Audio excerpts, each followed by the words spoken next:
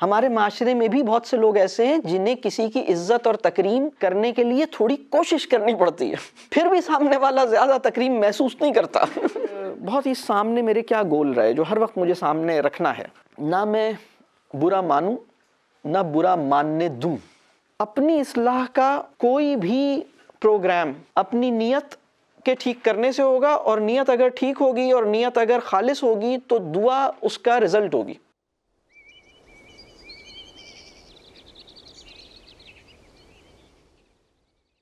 ये हमारी ओपनिंग एक एक्टिविटी हो रही है, और ये जो मैं 5 क्वेश्चंस शेयर कर रहा हूँ इनको नोट डाउन कर लें स्पेस के साथ, और फिर आपको इसके ऊपर थोड़ा सा रिफ्लेक्ट करना है, वहाँ से फिर हम बात आगे शुरू करेंगे। पहला सवाल ये है, वो कौन सी सिचुएशंस हैं, व्हाट आर दोज थिंग्स और situations that make you feel irritated. दूसरा point, what do you do in that situation. तीसरा पॉइंट, तीसरा सवाल, does it solve the problem. और तीसरे ही सवाल का पार्ट बी है, if yes on what cost. ठीक है। अब चौथा सवाल है, what should you do differently to solve the problem. What should you do differently to solve the problem. इस मसले से निपटने के लिए आपको कुछ और क्या करना चाहिए, कुछ मुख्तलिफ क्या करना चाहिए, कुछ मुख्तलिफ। ठीक है। What should you do differently to solve the problem. आपको इस मसले से निकलने के लिए, निपटने के लिए कुछ ज़रा मुख्तलिफ, कुछ हट के कुछ और क्या करना चाहिए। ठीक है। और 5वां सवाल, ये जो 4 सवाल हैं इसका जवाब तो आपने सोच के लिखना है। 5वां जो सवाल है वो आप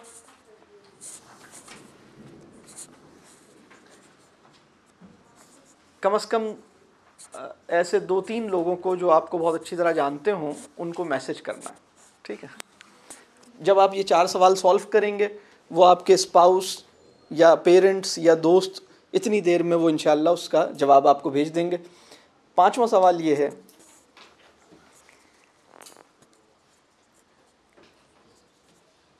how easy is it for me to feel irritated. Am I easily irritated. क्या मैं आसानी से इरिटेट हो जाती हूँ या हो जाता हूँ। ठीक है। इसी सवाल को दूसरे अंदाज से भी किया जा सकता है, वो दूसरा अंदाज भी मैं बता देता हूँ।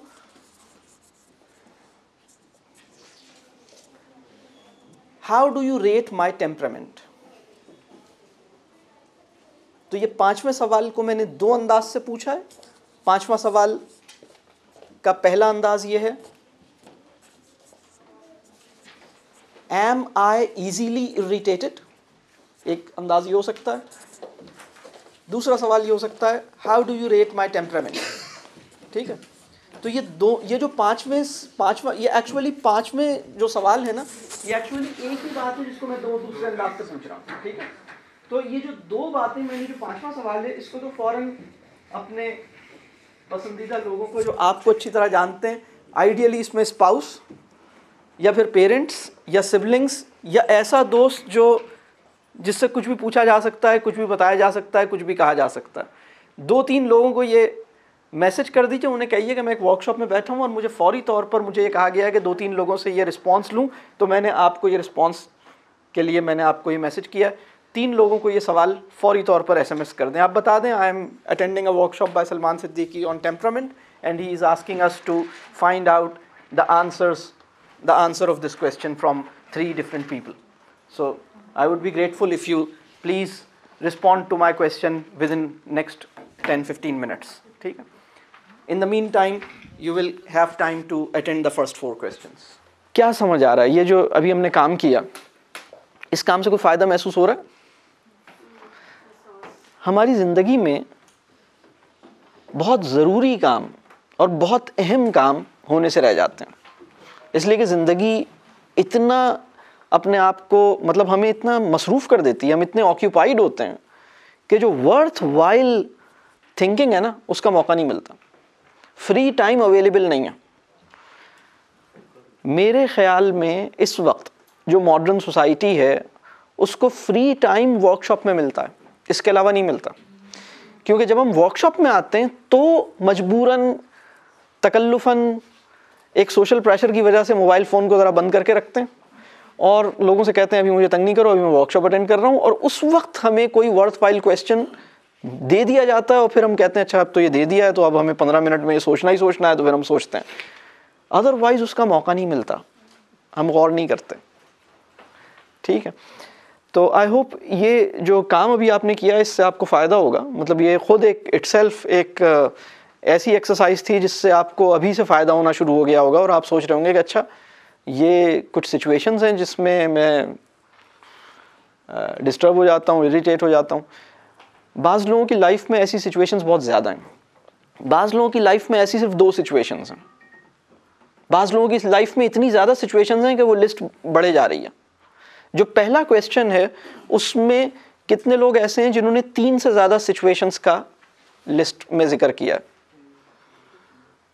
हाँ प्लीज़ ज़रा हाथ रेस करें, कोई इसमें परेशानी की बात नहीं, सब हम एक जैसे हैं, कोई मसला नहीं है। अपने ही लोग हैं, ठीक है। और किसने 2 सिचुएशंस का जिक्र किया? ठीक है, ठीक है। और किसने सिर्फ एक सिचुएशन लिखी है? ठीक है। तो ज़्यादातर लोग इस वक्त हमारे ग्रुप में ऐसे बैठे हैं जिन्होंने 2 सिचुएशंस का जिक्र किया है, लेकिन अगर वो थोड़ा सा और सोचेंगे तो वो तीसरी सिचुएशन भी उन्हें नज़र आ जाएगी।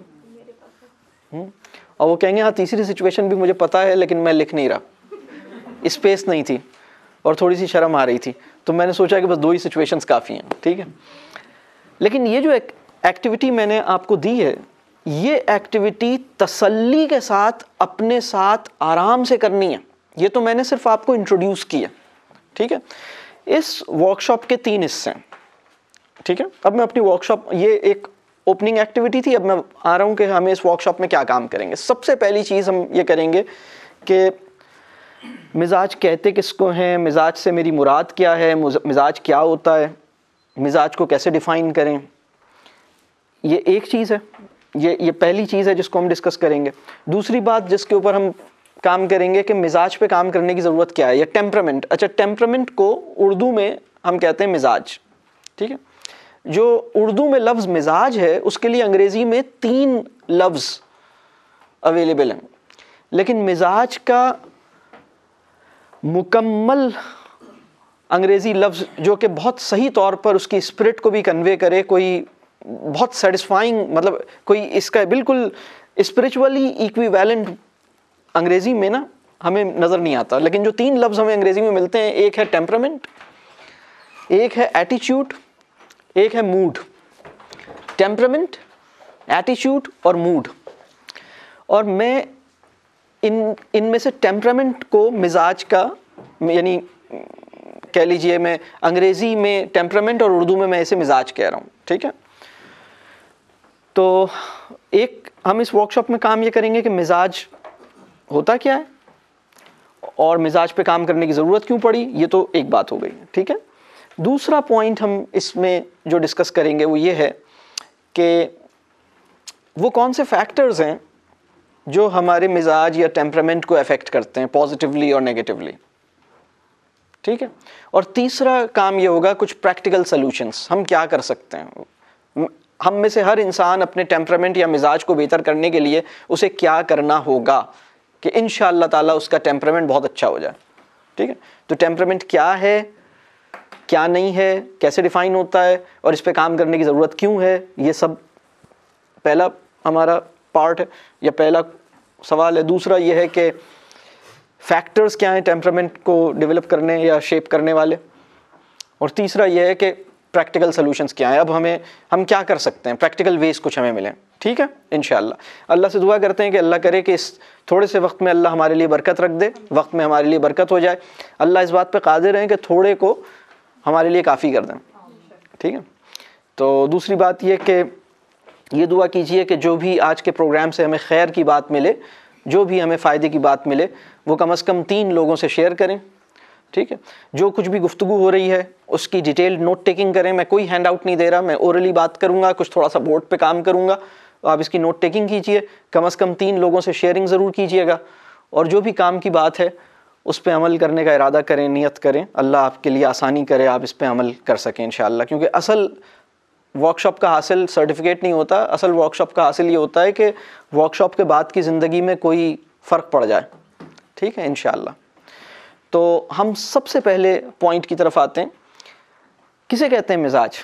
क्या है मिजाज? मिजाज जो है वो हमारा मुस्तकिल रवैया है, ठीक है। बिहेवियर और या रवैया और मिजाज में ना थोड़ा सा फ़र्क है। रवैया जो है, हर रवैया मुस्तकिल नौइयत का नहीं होता।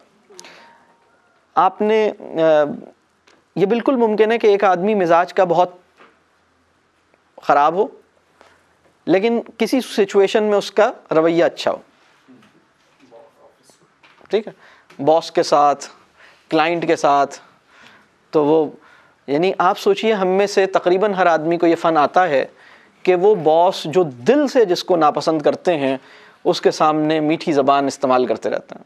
वो क्लाइंट जो बिल्कुल अकल से पैदल बातें कर रहा है या बिल्कुल बेउसूली बातें कर रहा है, उसको मुस्कुरा के और जी सर, नहीं सर, आप असल में सर मैं आपकी बात समझ गया सर, आप सही कह रहे हैं, आप बिल्कुल सही कहा आपने, यहाँ से आप बात कर रहे हैं उससे।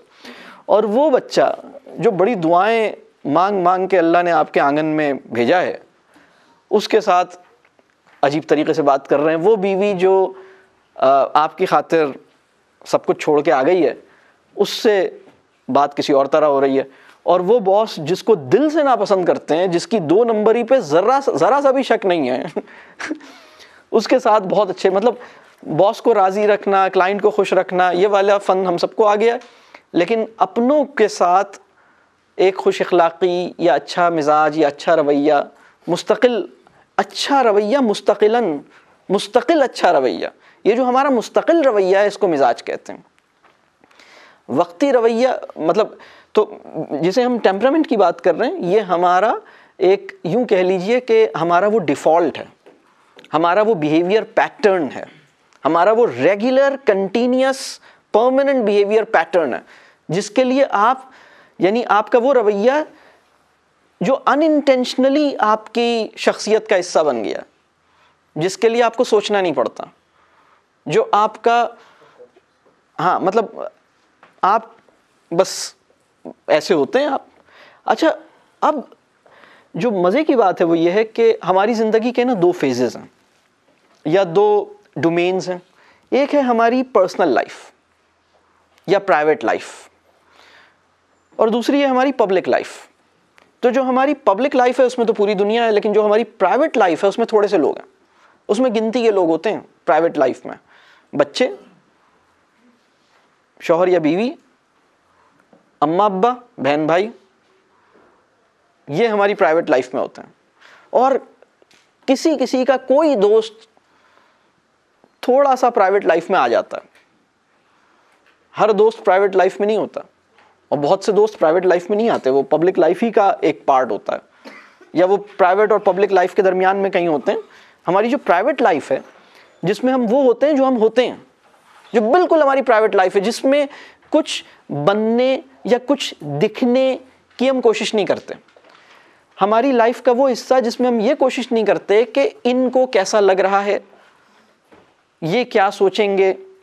आपको लफ्ज़ सोचने नहीं पड़ते, आपको कुछ प्रिपेयर नहीं करना पड़ता, आप अनप्रिपेयर्ड एक्सेप्टेबल होते हैं अपनी प्राइवेट लाइफ के अंदर।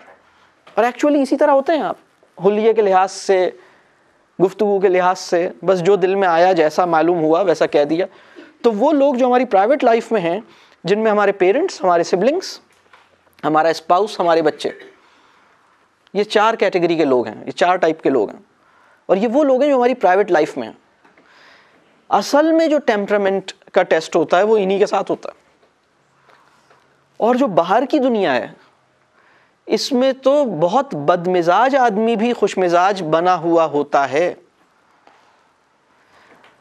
अगर कोई इंसान अपनी ऑफिस लाइफ में अपने कुलीग्स के साथ, अपने क्लाइंट्स के साथ, अपने पड़ोसियों के साथ बदमिजाजी का मसला वहाँ पर पैदा हो जाए, तो वो तो बहुत ख़तरनाक आदमी है, वो बहुत ज़्यादा ख़तरनाक आदमी है। मतलब वो समझ लीजिए कि यूँ समझ लीजिए कि एक जो सोसाइटी की नॉर्मल लाइन है उसको ये इसने हद से ज़्यादा क्रॉस कर लिया है, क्योंकि ये अब आम लोगों के साथ भी इसकी बदमिजाजी के वाक़यात और इंसिडेंट्स मिलते रहते हैं।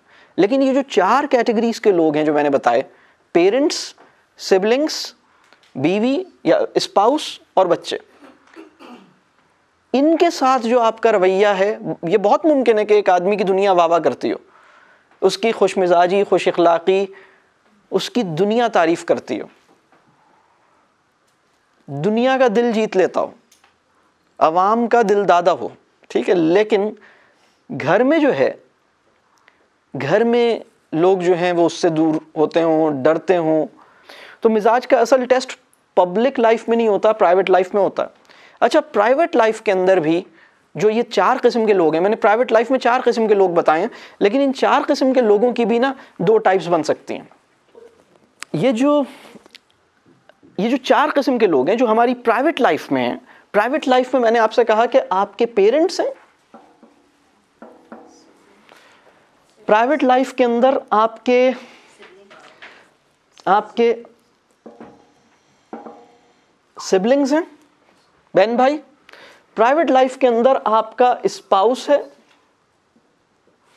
ठीक है, एक तरफ नंद, एक तरफ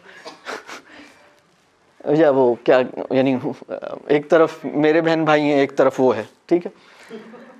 अच्छा, और प्राइवेट लाइफ में ये है,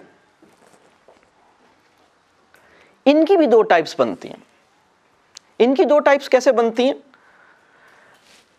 आपके वालिदैन जब तक कमा रहे होते हैं और तकरीबन 50 साल की उम्र तक वो बड़ी उनकी ताकत होती है, स्ट्रेंथ होती है। रिटायरमेंट से 4 साल पहले उनकी तवानाई, हिम्मत, ताकत कमज़ोर पड़ जाती है, फिर रिटायर हो जाते हैं और कमज़ोर हो जाते हैं, फिर बूढ़े हो जाते हैं और कमज़ोर, फिर उनकी पोजीशन जो है ना वो कमज़ोर होती है। सिबलिंग्स में भी ना, आपसे जो बड़े हैं वो ज़रा ताकत में, जो छोटे हैं वो कमज़ोर हैं, या आपसे जो ज़्यादा पैसे वाले हैं वो ताकत में, जो कम पैसे वाले हैं वो कमज़ोर हैं। बच्चे भी जो छोटे हैं वो कमज़ोर हैं, जब तक वो 12-14 साल से पहले तो बच्चे हमारी हुकूमत में आसानी से आ ही जाते हैं, उन पे तो बस चलता ही है। जो 12 साल से कम है उन पे तो चल ही जाता है, वो तो फिर जब ज़्यादा बड़े होते हैं तो फिर वो कंट्रोल से बाहर निकलते हैं। और ये अगर बीवी है तो फिर तो इसे रहना ही कंट्रोल में। लेकिन कुछ लोग माशाअल्लाह बीवी के कंट्रोल में रहने का भी उन्हें सलीका आता है, तो वो दूसरा भी मतलब हो जाता है। तो इसमें जो देखा गया है वो ये कि हमारी प्राइवेट लाइफ में वो लोग जिन पे जोर चलता है आपका, उनके साथ आपका मिजाज कुछ और है और दूसरों के साथ आपका मिजाज कुछ और है। यानी प्राइवेट लाइफ के अंदर भी 2 तरह के लोग हैं। एक वो जो कमजोर हैं, किस हवाले से कमजोर हैं? इकोनॉमिकली कमजोर हैं, एज में कमजोर हैं,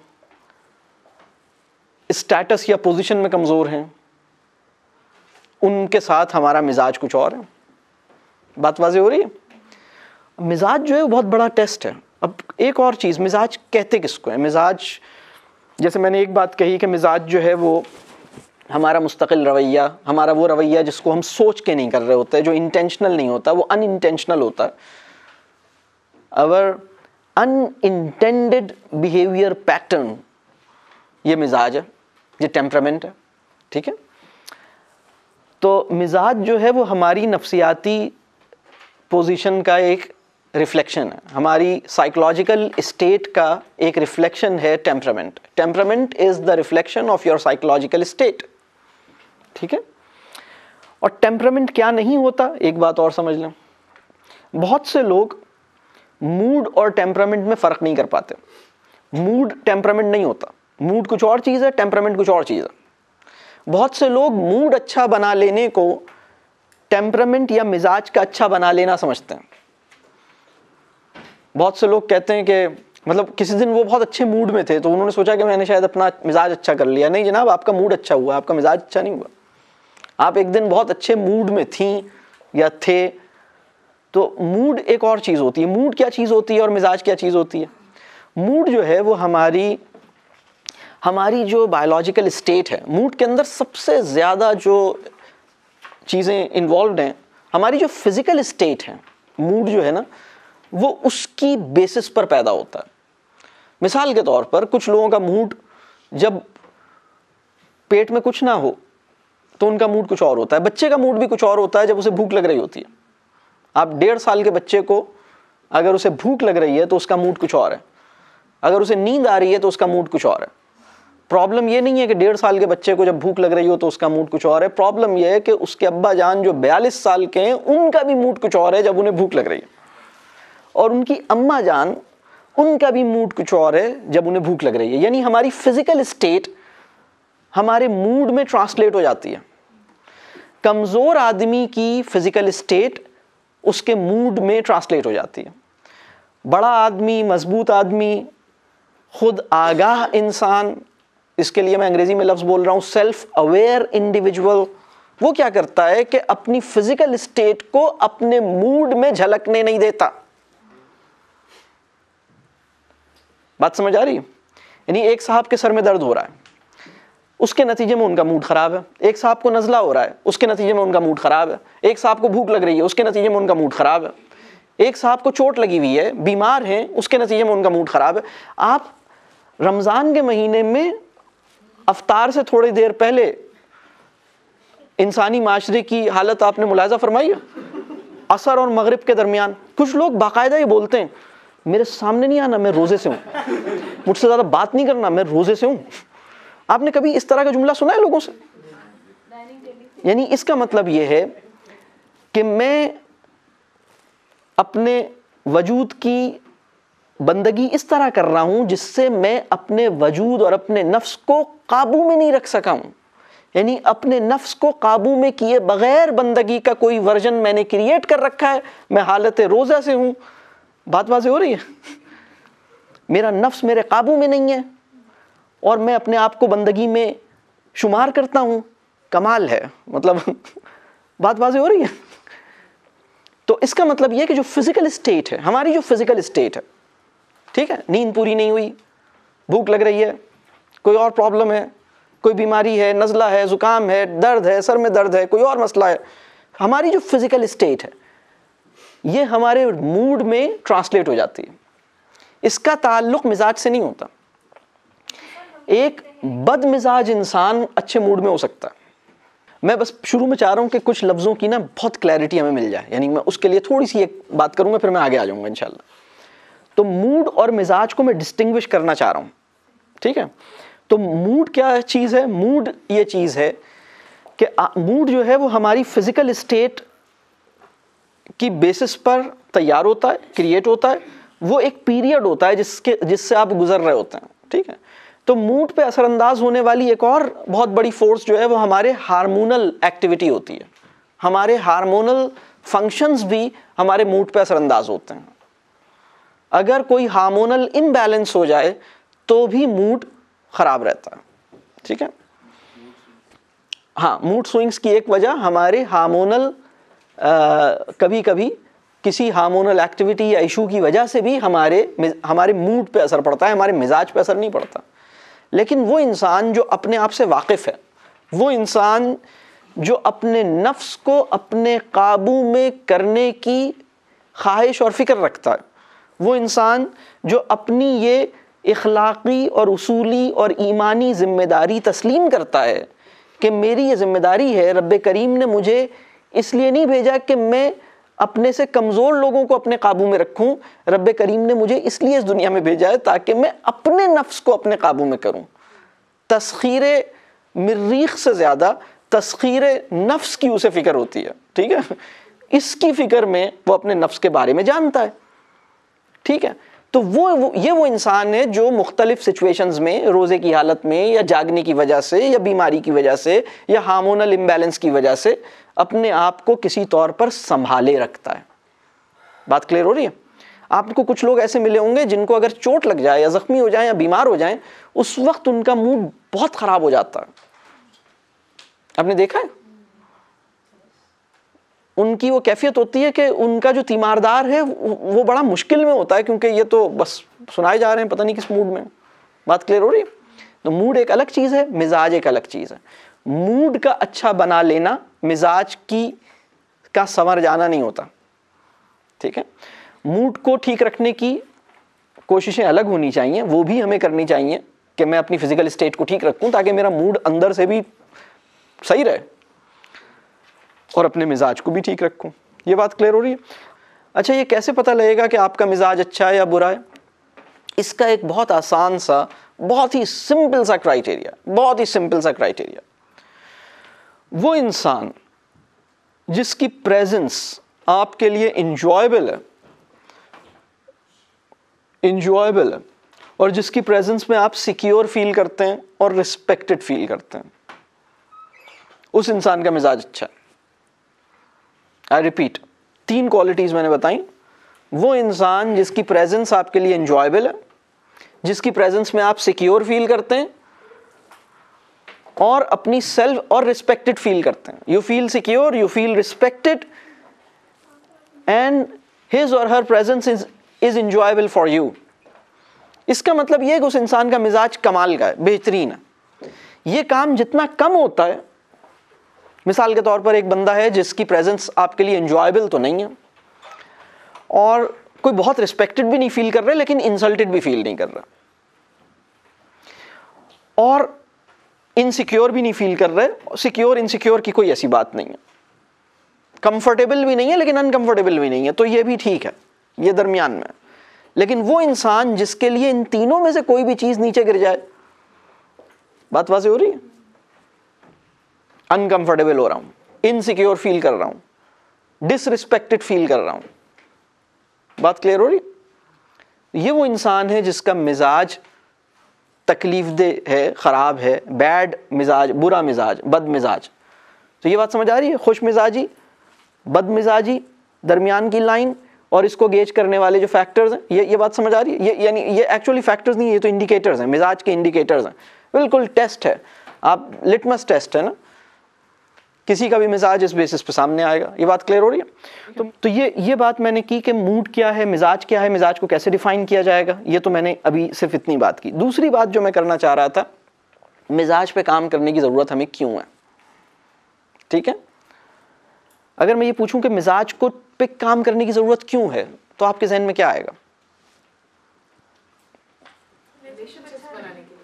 रिलेशनशिप्स बनाने के लिए, सुभान अल्लाह, अपने आप को रखने का, मतलब अपने लिए, ताकि मैं सुकून में रह सकूं। सुभान अल्लाह, सुभान अल्लाह, जैसे बेहतरीन वो है जिसका इखलाक बेहतर है। सुभान अल्लाह, बहुत अच्छा जी, हक़ूक़ुल इबाद में सबसे पहले आपकी डीलिंग आ रही है ना। सुभान अल्लाह, सुभान अल्लाह, सुभान। तो मिजाज को अच्छा बनाने की जो कोशिश है, उसकी बहुत सी वजूहात हो सकती हैं, और मेरे नज़दीक उसकी 2 बड़ी वजूहात हैं। ठीक है, मैं 2 बड़ी वजूहात बताऊंगा, इसकी बहुत सी वजूहात हो सकती हैं। हम अपने मिजाज को या हम अपने टेम्परामेंट को क्यों अच्छा बनाएं, उसकी 2 बड़ी वजूहात हैं। ठीक है, इन 2 वजूहात, जो दोनों बड़ी वजूहात हैं, इनमें एक बड़ी वजह है, दूसरी बहुत ज़्यादा बड़ी वजह है। ठीक है, तो पहले मैं बड़ी वजह बताऊंगा, फिर मैं बहुत ज़्यादा बड़ी वजह बताऊंगा। ठीक है, इसकी बड़ी वजह यह है जो आपने अभी बताई, हम अपने मिजाज को इसलिए अच्छा बनाएं, हम अपने मिजाज को ठीक करने की फ़िक्र इसलिए करें ताकि हम तरबिया का फरीज़ा अंजाम दे सकें। मतलब एज पेरेंट्स आप तरबिया नहीं कर सकते अगर आपका मिजाज ठीक नहीं है। ठीक है, हम तरबिया की जो मेथोडोलॉजी है, उसमें हम पहला पॉइंट लिखते हैं ताल्लुक़। यानी तरबिया जब होती है जब आपका ताल्लुक़ अच्छा होता है। अगर आपका ताल्लुक़ अच्छा है, जिस इंसान के साथ आपका ताल्लुक़ अच्छा नहीं है, उस इंसान की आप तरबिया नहीं कर सकते। उसकी तरबिया चाह सकते हैं, उसकी तरबिया की कोशिश कर सकते हैं, उसके ऊपर तरबिया की वार कर सकते हैं, लेकिन तरबिया करने के लिए आपका उससे अच्छा ताल्लुक़ होना। जिस इंसान के आप पसंदीदा नहीं बने हैं, उसकी तरबिया आप नहीं कर सकते। आप वो आदमी नहीं है कि आप अपने बच्चे के पसंदीदा नहीं बने, आपका बच्चे से अच्छा ताल्लुक़ नहीं है, आप तरबिया नहीं कर सकते। तो ये बहुत बड़ी वजह है पेरेंट्स के लिए अपने मिजाज पे काम करने के लिए। ठीक है, हम एक और अंदाज से भी इस बात को कहते हैं कि अच्छी तरबिया के लिए पेरेंट्स को क्या चाहिए होता है? फ़हम नाफ़े चाहिए होता है और मिजाज मौजू चाहिए होता है। जिसने हमारी तरबिया पे टॉक सुनी है उसने ये 2 लफ्ज़ सुने होंगे, फ़हम नाफ़े, ठीक है, बेनिफिशियल नॉलेज, अंडरस्टैंडिंग, और मिजाज मौजू यानी ब्यूटी ऑफ टेम्परामेंट, ठीक है, या सूटेबिलिटी ऑफ टेम्परामेंट। ठीक है, तो हमारा मिजाज बहुत खूबसूरत होना चाहिए, हमारा फ़हम बहुत आला और नाफे होना चाहिए। ठीक, तो अपने मिजाज को बेहतर बनाने की जो कोशिश करनी है, उसकी पहली वजह या पहली बड़ी वजह यह है कि आप मिजाज को इसलिए बेहतर बनाइए ताकि आप अपने बच्चों के साथ अच्छा ताल्लुक़ बना सकें, ताकि आप तरबिया कर सकें। एक्चुअली उसकी वजह तरबिया बन जाएगी। अगर मैं अपने मिजाज पे काम नहीं करूँगा तो मैं उनकी तरबिया नहीं कर सकता, क्योंकि अगर मुझे तरबिया करनी है तो उनसे ताल्लुक़ बनाना है बहुत अच्छा ताल्लुक़ बनाने के लिए अपने मिजाज को अच्छा करना है। अगर मेरा मिजाज अच्छा नहीं है तो मेरा उनसे ताल्लुक़ अच्छा नहीं है, और जब मेरा उनसे ताल्लुक़ अच्छा नहीं है तो मैं तो वो बंदा नहीं हूँ जो इनकी तरबिया कर सकूँ। फिर मुझे यही दुआ करनी होगी कि या अल्लाह हमें इस्लामिक स्कूल्स के सराब में ले जा। मतलब मुझ पे ऐसी मतलब एक इल्यूजन पैदा कर दे कि बस मुझे किसी जगह पे मैं अपने बच्चे को सुबह 8 बजे से 2 बजे तक भेजूं और वहाँ खुद ब खुद उसकी तरबिया हो जाए। या अल्लाह मुझे ऐसे किसी मखमसे में डाल दे, या किसी ऐसे बंदे को मैं ढूंढ लूँ जो बस आए और मेरे बच्चे को छुए 1 घंटे के लिए और उसकी तरबिया हो जाए। मैंने अपने ऊपर कोई काम नहीं करना, मैंने काम करना है हायर करने के लिए। मैंने अपनी हायरिंग कैपेसिटी बेहतर करनी है। इसको हायर कर लो, उसको हायर कर लो, इसको बुला लो, उसको बुला लो। रिसोर्सफुलनेस, जो कॉर्पोरेट सेक्टर का माइंडसेट है ना, चीज़ें रिसोर्सफुलनेस, मतलब ये यहाँ से वहाँ, इसको यहाँ अरेंज कर लो, चैनलाइज कर दो, इसको यहाँ कर दो, उसको वहाँ कर दो, चले वहाँ पे, चले इनसे कोलैबोरेट कर लो।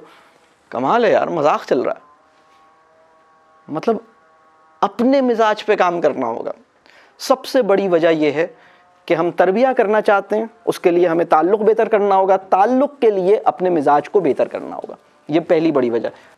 अपने मिजाज को बेहतर करने की हम क्यों अपने मिजाज पे काम करें, तो दूसरी जो बड़ी वजह है वो ये है कि हम सबसे हमारे हर अमल की जवाबदेही हमें करनी है।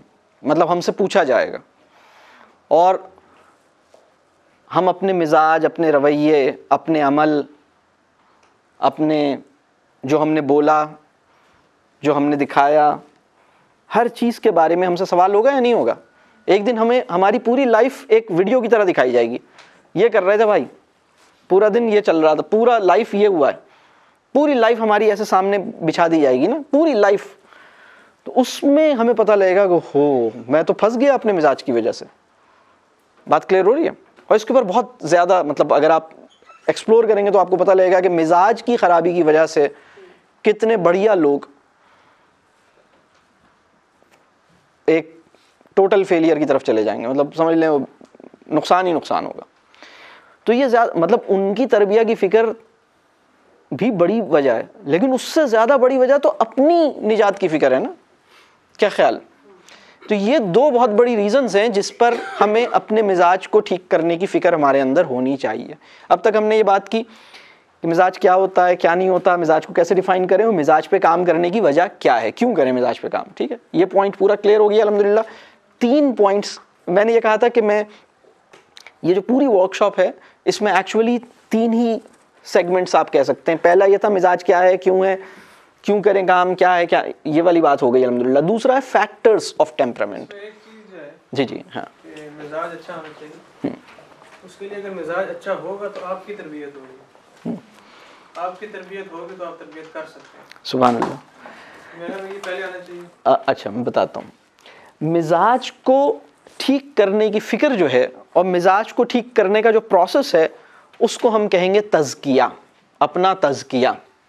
अगर हमारे मिजाज में कोई मसला है, कोई उलझाव है, ये बिल्कुल मुमकिन है कि एक इंसान अल्लाह से उसको मोहब्बत हो, रसूलुल्लाह सल्लल्लाहु अलैहि वसल्लम के रास्ते पे चलना चाहता हो, लेकिन मिजाज में एक सख्ती है, मिजाज में कुछ थोड़ा सा मसला है जो ठीक नहीं हो रहा। अब वो इंसान अपने मिजाज की जो भी ख़राबी है उस पर निगाह करता है। अपने तज़किया का जो प्रोसेस है, तज़किया को हम डिफ़ाइन करते हैं, तज़किया is the process of removing impurities from oneself. ठीक है, तो हम अपने आप पर काम करते हैं। यूँ समझ लीजिए कि अपनी तरबियत का अमल जो है उसको हम तज़किया कह रहे हैं। ठीक है, किसी साहिब ईमान इंसान किसी बहुत अच्छे इंसान से जुड़ने के नतीजे में भी इंसान अपना तज़किया करवाता है। किसी से ऐसा ताल्लुक़ भी बनाता है जिसमें उससे कहता है कि हज़रत मेरी इस्लाह फरमाइए। किसी की मदद लेके भी इंसान अपना तज़किया करवाता है, ठीक है। इसको हम इस्लाही ताल्लुक़ भी कह लेते हैं, कोई और भी लफ्ज़ दे देते हैं, ठीक है। तो मिजाज की इस्लाह जो है वो भी अपनी तज़किया, अपने तरबियत के अंदर बहुत ही ज़्यादा ज़रूरी है। ये बात बिल्कुल ठीक है, बहुत ही अहम पॉइंट है। 3 फैक्टर्स हैं। अब ये बात, अब हम वहाँ से इन्हीं के जो क्वेश्चन है ना, इत्तफाक से जो दूसरा हमारा सेगमेंट है वो इसी की तरफ बढ़ेगा। मैं यहाँ पर बहुत ब्रीफली अब मैं कीवर्ड्स लिखूँगा जिससे अब आपको समझ आएगा कि हमारी वर्कशॉप किन 3 चीज़ों से मुताल्लिक़ है। पहली चीज़ कि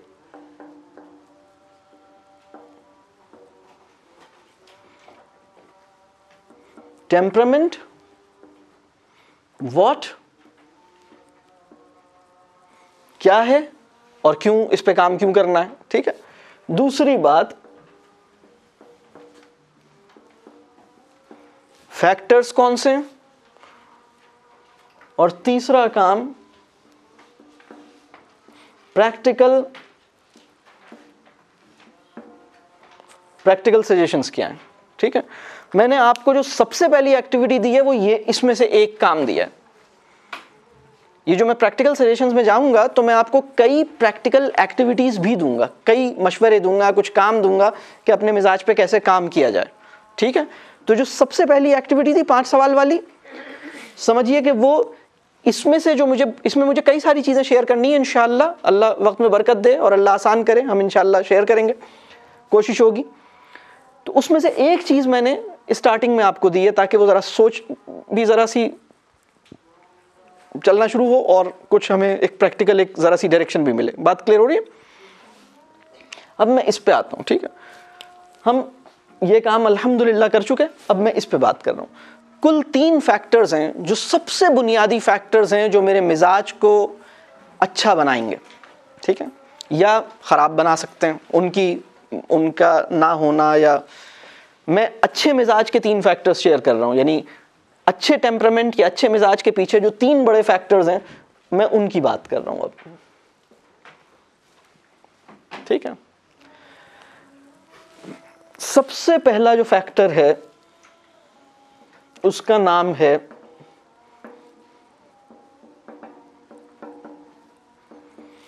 प्योरिटी ऑफ इंटेंट, हुस्न नियत। नियत जितनी पाकीज़ा होगी मिजाज पे उतना असर पड़ेगा। हमारे एक बुजुर्ग हैं फरमाते हैं कि नियत की जो पाकीज़गी होती है या नियत की जो खूबसूरती होती है वो अमल पर बाद में असरअंदाज होती है, कैफियत पर पहले असरअंदाज होती है। जब आप अपनी नियतों में अच्छे होते हैं तो आपकी कैफियत बेहतर होती है, आपका जहन साफ होता है। आप अच्छी नियत का मतलब यह है कि आप अच्छा चाह रहे हैं, अच्छा सोच रहे हैं। अच्छा चाहना और अच्छा सोचने का दरवाज़ा अच्छी नियत से खुल जाता है, ठीक है। तो इंटरनल कंडीशंस बेहतर होना शुरू होती हैं, ठीक है। जितनी लिल्लाहियत होगी, सबसे बेहतरीन नियत क्या है? जो अल्लाह के लिए खालिस हो जाए। अगर मैं ये कहूँ कि नियत का ना, अगर मैं एक स्केल ड्रॉ करूँ, नियत अगर ये कहा जाए कि बिलफर्ज कोई कोशिश करे इंसान के नियत का कोई स्केल हो, ये तो अल्लाह ही के इल्म है कि नियत का स्केल कैसा होगा, लेकिन वैसे ही एक अगर हम अटेम्प्ट करें और हम कहें कि नियत का जो स्केल है उसके एंड्स हैं अगर, तो हम ये कहें कि लिल्लाहियत जो है उसकी इंतहा जो है वो शायद हुस्न नियत की तरफ जाएगी। लिल्लाहियत अपनी इंतहा पर चली जाए, बिल्कुल अल्लाह के लिए अपने आप को खालिस कर दे, तो ये इससे ज़्यादा बेहतरीन नियत तो नहीं हो सकती। बात वाज़ेह हो रही है? और दूसरा एंड जो है उसको मैं कहता हूँ लिन्नासियत, ठीक है। लिन्नासियत क्या है? लोगों के लिए। तो लिन्नासियत जो है, या एक और चीज़ हो सकती है लिन्नफ्सियत, ठीक है। यानी तो ये 2 कह लीजिए नियत के ख़राब होने का बिल्कुल एक एक्सट्रीम। अच्छा, अब मिसाल के तौर पर नियत की खूबसूरती मैं बताऊं किस तरह पता लगती है। आप दूसरे के लिए वो चाहें, रसूलुल्लाह सल्लल्लाहु अलैहि वसल्लम ने इसका स्टैंडर्ड क्या बताया, और ये मिनिमम स्टैंडर्ड बताया, दूसरे के लिए आप वो चाहें जो अपने लिए चाहें। ये मिनिमम है, इसके ऊपर खड़े रहना है। इससे नीचे आए तो यानी हम रसूलुल्लाह सल्लल्लाहु अलैहि वसल्लम ने मुसलमान होने का जो स्टैंडर्ड हमें बताया ये वो है, इसको हमने छोड़ा तो हम मुसलमान होने को क्वालिफाई नहीं करेंगे, क्योंकि ये तो स्टैंडर्ड है। अच्छा, अब इससे ऊपर क्या होगा? आप दूसरे के लिए वो चाहें, उससे बेहतर चाहें जो आप अपने लिए चाहते हैं, आप दूसरे के लिए उससे बढ़कर चाहें। बात वाज़ेह हो रही है? अब यही मामला ट्रीटमेंट में है, यही मामला बर्ताव में है। जिस तरह की रिस्पेक्ट मैं चाहता हूं अपने लिए, उससे ज्यादा रिस्पेक्ट मैं दूसरे को देना चाहता हूं। तो इखलास जो है, लिल्लाहियत जो है, जवाबदही का एहसास जो है, ठीक है, ये हमारे मिजाज पर असरअंदाज होता है। अल्लाह की प्रेजेंस का एहसास मेरे मिजाज को नरम कर देता है। ये जो खशियत होती है, ये यानी इसके नतीजे में इंसान नरम पड़ जाता है, झुक जाता है। बात वाज़ेह हो रही है? और ये खशियत क्या है? ये लिल्लाहियत का एक बहुत ऊपर, यानी आप बहुत ज़्यादा आपको फील हो रहा है, आप उसके अंदर। असल में एक हमारे यहाँ एक प्रॉब्लम यह है कि हम, जब मैं कभी कभी ये जिक्र करता हूँ खौफ खुदा या खौफ इलाही, तो लोग समझते हैं कि शायद खौफ इलाही, बहुत से लोग ये कहते हैं सर आप, हम तो उम्मीद इलाही, आप हमें बताएं खौफ इलाही क्यों, डरा क्यों रहे हैं अल्लाह से। अल्लाह का जो डर है वो अल्लाह की मोहब्बत की फ्लिप साइड है। अल्लाह की मोहब्बत का कोई भी दावा झूठा है अगर उसमें अल्लाह का खौफ पैदा ना हो। किसी इंसान के साथ भी मोहब्बत का दावा झूठा है। आपको बीवी से मोहब्बत है तो कुछ खौफ वौफ भी होगा थोड़ा बहुत, मतलब इस बात पे खुश होती है तो इस बात पे नाराज भी हो सकती है। क्या ख्याल? तो जिस इंसान की मोहब्बत होती है, एक खौफ ये भी तो होता है ये कहीं मुझसे दूर ना हो जाए, कहीं मैं इससे दूर ना हो जाऊं, कहीं इसकी नज़र से गिर ना जाऊं, कहीं ये मुझे अपने से दूर ना कर दे। होता है या नहीं होता? तो जिसे हम हुब्बे इलाही कहते हैं, उसकी फ्लिप साइड खौफ इलाही है। खौफ इलाही की फ्लिप साइड हुब्बे इलाही है। तो चूंकि हमारे तसव्वुरात बीच में बाज़ औक़ात नामुकम्मल या अधूरे होते हैं ना, तो चीज़ें वाज़ेह नहीं होती। बहरहाल ये जो चीज़ है प्योरिटी ऑफ इंटेंट, या जिसे हम नियत की पाकीज़गी कहते हैं या नियत का खालिस होना कहते हैं, ये हमारे मिजाज को रिफ़ाइन करने का बहुत अहम फैक्टर है। दूसरा जो फैक्टर है वो है इंटेलेक्ट।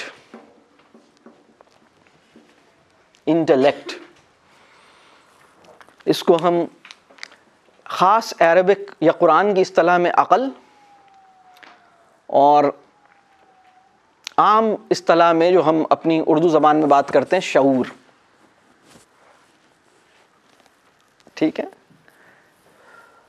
तो अपने बाज़ औक़ात क्या होता है कि लोगों के कुछ कॉन्सेप्ट्स ठीक नहीं होते, जहन में कुछ चीज़ें गलत बैठी होती हैं, उन्होंने कुछ चीज़ें गलत एस्यूम कर रखी होती हैं, उसकी वजह से उनका मिजाज ठीक नहीं हो रहा होता। वो मैं अभी उसकी डिटेल में जाऊंगा, जब मैं प्रैक्टिकल सजेशंस पे जाऊंगा तो मैं इन, ऑफ कोर्स ये जो चीज़ें मैं बयान करूंगा ये इनके साथ खुद ही कनेक्ट कर रही होंगी। आपको पता लगेगा अच्छा ये तो इसके साथ खुद ही ऐसे बात वाज़ेह हो रही है। एक्चुअली ये सब इसकी थ्योरी ये सब बन रही है। क्लियर हो रही है बात? तीसरी चीज़ जो बहुत अहम है, जो हमारे मिजाज को बेहतर करती है, वो है कंपनी। और कंपनी यानी खुश मिजाज लोगों की कंपनी, यानी ऐसे लोग जिनका टेम्परामेंट मिसाली है, ऐसे लोग जो, यानी ऐसे लोग जिनके अंदर खशियत है, लिल्लाहियत है, जिनके पास हिकमत है, ऐसे लोगों की माइयत या सोहबत, ठीक है, खुश मिजाज लोगों की सोहबत। बात वाज़ेह हो रही है? तो ये जो चीज़ है ये भी हमारे मिजाज पर असरअंदाज होती है, बहुत ज़्यादा असरअंदाज होती है। ठीक है? ये तीन बड़े फैक्टर्स हैं। इसके अलावा भी फैक्टर्स हैं जिनकी हम अभी बात नहीं कर रहे। ठीक है? और चूंकि मैंने मूड को बिल्कुल अलग रख दिया है, वो मैं लेकिन सजेशंस जो बताऊंगा उसमें कुछ मूड से भी मुताल्लिक़ होंगे इंशाल्लाह। जी बताइए। लोगों की जो सोहबत है है उससे हमारा कोई लेना देना नहीं होगा कि उनकी फिर इंटेंशन क्या क्या वो लिल नफ्सियत की तरफ है या लिल्लाहियत की तरफ। सुभान अल्लाह, बहुत खूब, बहुत अच्छा, सुभान अल्लाह। सोहबत का जो हाईएस्ट पॉसिबल कह लीजिए, जो आइडियल सोहबत है, जो आइडियल कंपनी है, वो तो उस इंसान की है जिसमें लिल्लाहियत है, खशियत है, जिसके अंदर हिकमत है, और जो मिजाज में भी, और इन सब के नतीजे में उसका मिजाज बहुत ज़बरदस्त है। ये तो आइडियल है। लेकिन अगर ऐसा बिलफर्ज एक और इंसान है, आपकी कंपनी में एक साहब है जो अल्लाह को नहीं मानते, ठीक है, लेकिन वो वैसे पॉजिटिव माइंडेड हैं, लोगों का भला चाहते हैं, नेगेटिव नहीं है। यानी एक इंसान अल्लाह के इनकार के बावजूद एक बेसिक सतह पर पॉजिटिविटी को डिमॉन्स्ट्रेट कर सकता है, लोगों के बारे में एक अच्छा रवैया भी कर सकता है, खुश मिजाज भी हो सकता है, ठीक है। एक ऐसा इंसान जो खुश मिजाज है, बल्कि एक और लफ्ज़ है खुश मजाक होना, ठीक है, ये भी बहुत अच्छा, यानी ज़ौक़ बहुत अच्छा है, आला ज़ौक़ के इंसान है। बिल्कुल मुमकिन है कि आपको ऐसे इंसान की कंपनी मुयस्सर है, इस इंसान की कंपनी से भी आप बहुत सारी चीज़ें हासिल करेंगे, बहुत सारी चीज़ें आपको मिलेंगी। ये कंपनी भी एक लेवल पे आपके मिजाज पे अच्छे असरात छोड़ेगी। बात वाज़ेह हो रही है, क्लियर हो रही है, यहाँ तक बात क्लियर है? ठीक है, बहुत अच्छा। मैं जो प्रैक्टिकल सजेशंस दे रहा हूँ अब जो मैं प्रैक्टिकल सजेशंस दूंगा वो दूंगा जो बिल्कुल, ये तो मैंने एक थ्योरेटिकल साइड पे आपको ये बताया कि आप, और एक चीज़ मैं और बताऊँ, ये मिजाज जो है ये 2 दिन की कंपनी या 6 महीने की कंपनी से भी नहीं बनता। अब मैं ज़रा इसके पीछे जाता हूँ। एक बच्चा, यानी पॉइंट ये नहीं है कि बीवी को कैसा ससुराल मिला है, पॉइंट ये है कि बीवी को कैसी पेरेंटहुड मिली है। When she was young, when wife was a newborn, when wife was in her toddlerhood, the type of family and the कह लीजिए जो कंपनी उसकी थी वो कैसी थी, लोगों के लिए माफ़ करना मुश्किल था, आसान था। अब ये जो बच्ची जिसने 22 साल एक ख़ास माहौल में गुजारे हैं, तो इसके मिजाज पे असरअंदाज होने वाली जो फैक्टर है वो जो जिनके साथ 15 साल रही है, जिनके साथ 20 साल रही है, ये एक समझ लें कि बहुत अहम। और अब किया क्या जा सकता है इसमें, अब हम उस पे आते हैं, ठीक है। यहाँ तक जो हमने बात की, बात क्लियर है। हमने शुरू की ये वाली बातें कि टेम्परामेंट क्या है, क्यों है, फैक्टर्स पे हमने बात की, ठीक है। और इससे पहले कि मैं आगे चलूँ, एक चीज़ मैं और क्लियर करूँगा, फिर मैं यहाँ से आगे मूव करूँगा। वो ये है कि मिजाज को जब हम बेहतर बनाएंगे तो इसका, अपने मिजाज पे जब काम हम करेंगे तो एक बहुत ही मेजरेबल और बहुत ही अचीवेबल और बहुत ही प्रैक्टिकल किस्म का एक गोल हमें सेट करना होगा। जो ये यूँ समझ लें कि अपने मिजाज पे जब आप काम करना शुरू करेंगे तो आपका एक ऐसा बिल्कुल सामने दिखाई देने वाला एक स्लोगन या गोल जो है ना अपने लिए सेट करना होगा। यानी अगर हम, और वो क्या होगा वो मैं बताता हूँ अभी। यानी एक इंसान अपने मिजाज पे काम करना चाहता है तो मेरा बहुत ही बहुत ही सामने मेरे क्या गोल रहे जो हर वक्त मुझे सामने रखना है कि ना मैं, यानी हमारी कोशिश क्या हो मिजाज पे बेहतर करने के लिए ना, कि ना मैं बुरा मानूं ना बुरा मानने दूं, ठीक है। यानी ना मुझे बुरा मानना है ना बुरा मानने देना है। इस लेवल पर कोशिश करें कि आप इस लेवल पर मेंटेन करें। ये मुश्किल बात है, इसमें बहुत सारी सिचुएशंस ऐसी हो सकती हैं जिसमें आप बुरा मानें। जाहिर सी बात है कि ऐसा नहीं हो सकता कि आप कभी भी बुरा नहीं मानें, लेकिन ये एक कोशिश होगी कि जिसमें आपको, कि मुझे बुरा मानने की या तो कोई ऐसी सिचुएशन हो तो वो एक अलग बात है, लेकिन आसानी से बुरा नहीं मानना और बुरा मानने नहीं देना। बहुत से लोग आधा काम करने में कामयाब हो जाते हैं कि वो बुरा नहीं मान रहे लेकिन लोग बुरा मान रहे हैं, ठीक है। या लोग तो बुरा नहीं मान रहे लेकिन आप बुरा मान रहे हैं। और मैंने 3 इंडिकेटर्स अपने टेम्परामेंट, मेरा टेम्परामेंट अच्छा है या बुरा है, इसके 3 इंडिकेटर्स बिल्कुल शुरू में सेट किए थे। वो याद है, वो इसके इंडिकेटर्स भी यहाँ मैंने सेट किए थे। इसको भी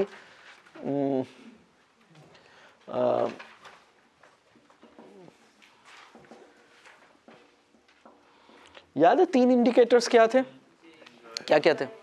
इंजॉयबल है,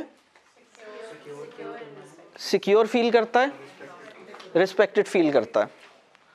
तो जिसकी मजलिस में आप अपने आप को मुकर्रम महसूस कर रहे हैं, उसका टेम्परामेंट बहुत कमाल का है। ठीक है, अच्छा अब हम काम करते हैं। सबसे पहली सजेशन ये है कि हमें अपनी नियत और अपनी यानी हमें इसकी नियत करनी होगी कि मुझे अपने टेम्परामेंट पे काम करना है और मुझे इसकी फ़िक्र करनी होगी। ठीक है, तो नियत और फ़िक्र कैसे पता लगेगी कि मेरी नियत हो गई है और मेरी फ़िक्र हो गई है इसकी? तो उसका पता लगेगा कि आप इसके लिए दुआ कितनी कर रहे हैं। नियत जो है ना वो ना दिखाई देने वाली चीज़ है। नियत का अगर कोई ऑब्जर्वेबल इंडिकेटर है तो दुआ है। खालिस नियत का इंडिकेटर दुआ है, इसलिए कि नियत तो दिल में छुपी हुई है। तो आप ये देखिए कि आप कितनी दफ़ा अपने दिल में अल्लाह से ये बात करते हैं। जितनी नियत खालिस होगी उतनी दुआ का रुझान बढ़ेगा। तो आप अपनी इस्लाह का कोई भी प्रोग्राम अपनी नियत के ठीक करने से होगा, और नियत अगर ठीक होगी और नियत अगर खालिस होगी तो दुआ उसका रिजल्ट होगी। दुआ करनी पड़ेगी आपको। दुआ इवन अगर आपको अपनी नियत में कमज़ोरी महसूस हो रही है तो उसका इलाज भी ये है कि आप दुआ शुरू करें, या अल्लाह मेरी नियत को अच्छा कर दे। तो दुआ जो है वो स्टार्टिंग पॉइंट है। मेरे पास बहुत दफ़ा ऐसा हुआ कि बहुत से लोग मेरे पास काउंसलिंग के लिए आते हैं, कभी बच्चे भी आते हैं, कभी पेरेंट्स भी आते हैं, टीचर्स भी आते हैं, और वो अपना कोई प्रॉब्लम शेयर करते हैं। कोई साइकोलॉजिकल प्रॉब्लम शेयर करता है, कोई और प्रॉब्लम शेयर करता है, कोई टेम्परामेंट का प्रॉब्लम शेयर करता है, कोई रिलेशनशिप का प्रॉब्लम शेयर करता है। और मैं उनसे जब ये पूछता हूँ कि ये बताओ अपने लिए दुआ करते हो, तो कुछ लोग मुझे कहते हैं कि मैं बच्चों के लिए करता हूँ, मैं सबके लिए करता हूँ, अपने लिए नहीं करता। ये बड़ी गैर मुनासिब बात है। दूसरी बात ये कि कुछ लोग कह रहे होते हैं कि हाँ मैं करता हूँ, फिर मैं उनसे कहता हूँ कि आप एक कागज़ पे वो लिख दीजिए कि आप क्या दुआ करते हैं, मुझे ना दिखाएं, आप कागज़ पे लिखें कि आप दुआ क्या करते हैं। तो बहुत से लोग थोड़ी देर के बाद कहते हैं कि मुझे समझ नहीं आ रहा, शायद मैं दुआ नहीं करता। फिर उन्हें ख्याल आता है कि शायद मैं दुआ नहीं करता। आप अपने लिए किन अल्फाज में दुआ करते हैं?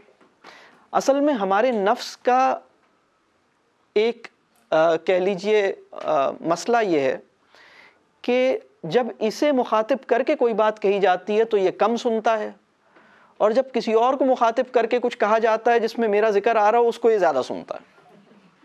तो जब आप अल्लाह को मुखातिब करके अपने बारे में कोई बात करते हैं तो आपका नफ्स ज़्यादा उस बात पर उसका असर लेता है। इसका टेस्ट इस तरह कर लीजिए कि आपको मुखातिब किए बगैर, यानी आपके हस्बैंड आपके बारे में किसी और से कोई बात कर रहे हो तो आप ज़्यादा सुनेंगी, और अगर आपसे बात कर रहे हो तो भी सुनेंगी, लेकिन उस वक्त तो बहुत ज़्यादा सुनेंगी जब स्पेशली मतलब अगर नींद में भी होंगी तो आप जाग के बैठ जाएंगे, आप कहेंगे ये क्या किससे कह रहा है मेरे बारे में। तो दुआ का कमाल का फिनोमेना है, यानी हमारा नफ्स जब हमारे नफ्स को मुखातिब करके कोई बात की जाए तो भी सुनता है, लेकिन जब आप अल्लाह को जब मुखातिब करते हैं और अल्लाह से कहते हैं या अल्लाह मुझे ये कर दीजिए, या अल्लाह मेरे नफ्स पर मुझे मेरा मिजाज खूबसूरत कर दीजिए, मेरे मिजाज को ठीक कर दीजिए, मेरे मिजाजी मसाइल हल फरमा दीजिए, मेरे मिजाज को अच्छा बना दीजिए, मेरे मिजाज को लोगों के लिए पसंदीदा बना दीजिए, इस बात की दुआ करें। अगर आप दुआ नहीं कर रहे तो आप ये मत समझिए कि आपने इसकी कोई पक्की नियत की हुई है, आपकी नियत कमज़ोर है या नियत खालिस नहीं है। नियत की सेहत का और नियत के इखलास का जो इंडिकेटर इंसान अपने अंदर क्योंकि नियत ऐसी चीज़ नहीं है जो किसी और को पता लगे। दुआ भी किसी आप अपने लिए कितनी दुआ कर रहे हैं और कौन सी दुआ कर रहे हैं ये भी किसी और को थोड़ी पता लगता है, कहीं लिखा हुआ थोड़ी आता है। ये भी इंतहाई दाखिली अमल है। तो सबसे पहला पॉइंट जो मैं कह रहा हूं वो है नियत। और नियत के अंदर न सिर्फ ये कि नियत करनी है बल्कि फ़िक्र भी करनी है। नियत भी करें, फ़िक्र भी करें, ये मैंने पहली बात की। लेकिन इसका इंडिकेटर क्या है? अगर मैं ये कह रहा हूँ सबसे पहला पॉइंट ये कि नियत कीजिए और फ़िक्र कीजिए, तो इन दोनों के कुछ ऑब्जर्वेबल इंडिकेटर्स हैं जो आप खुद देख लेंगे। नियत का इंडिकेटर मैंने बताया कि दुआ। आप देखेंगे अच्छा मैंने अपने मिजाज के लिए मैंने मेरी नियत थी मेरा मिजाज अच्छा हो जाए, लेकिन मैंने इसकी दुआ तो नहीं की ज़्यादा, मैंने तो एक ही दफ़ा की, दोबारा तो नहीं की।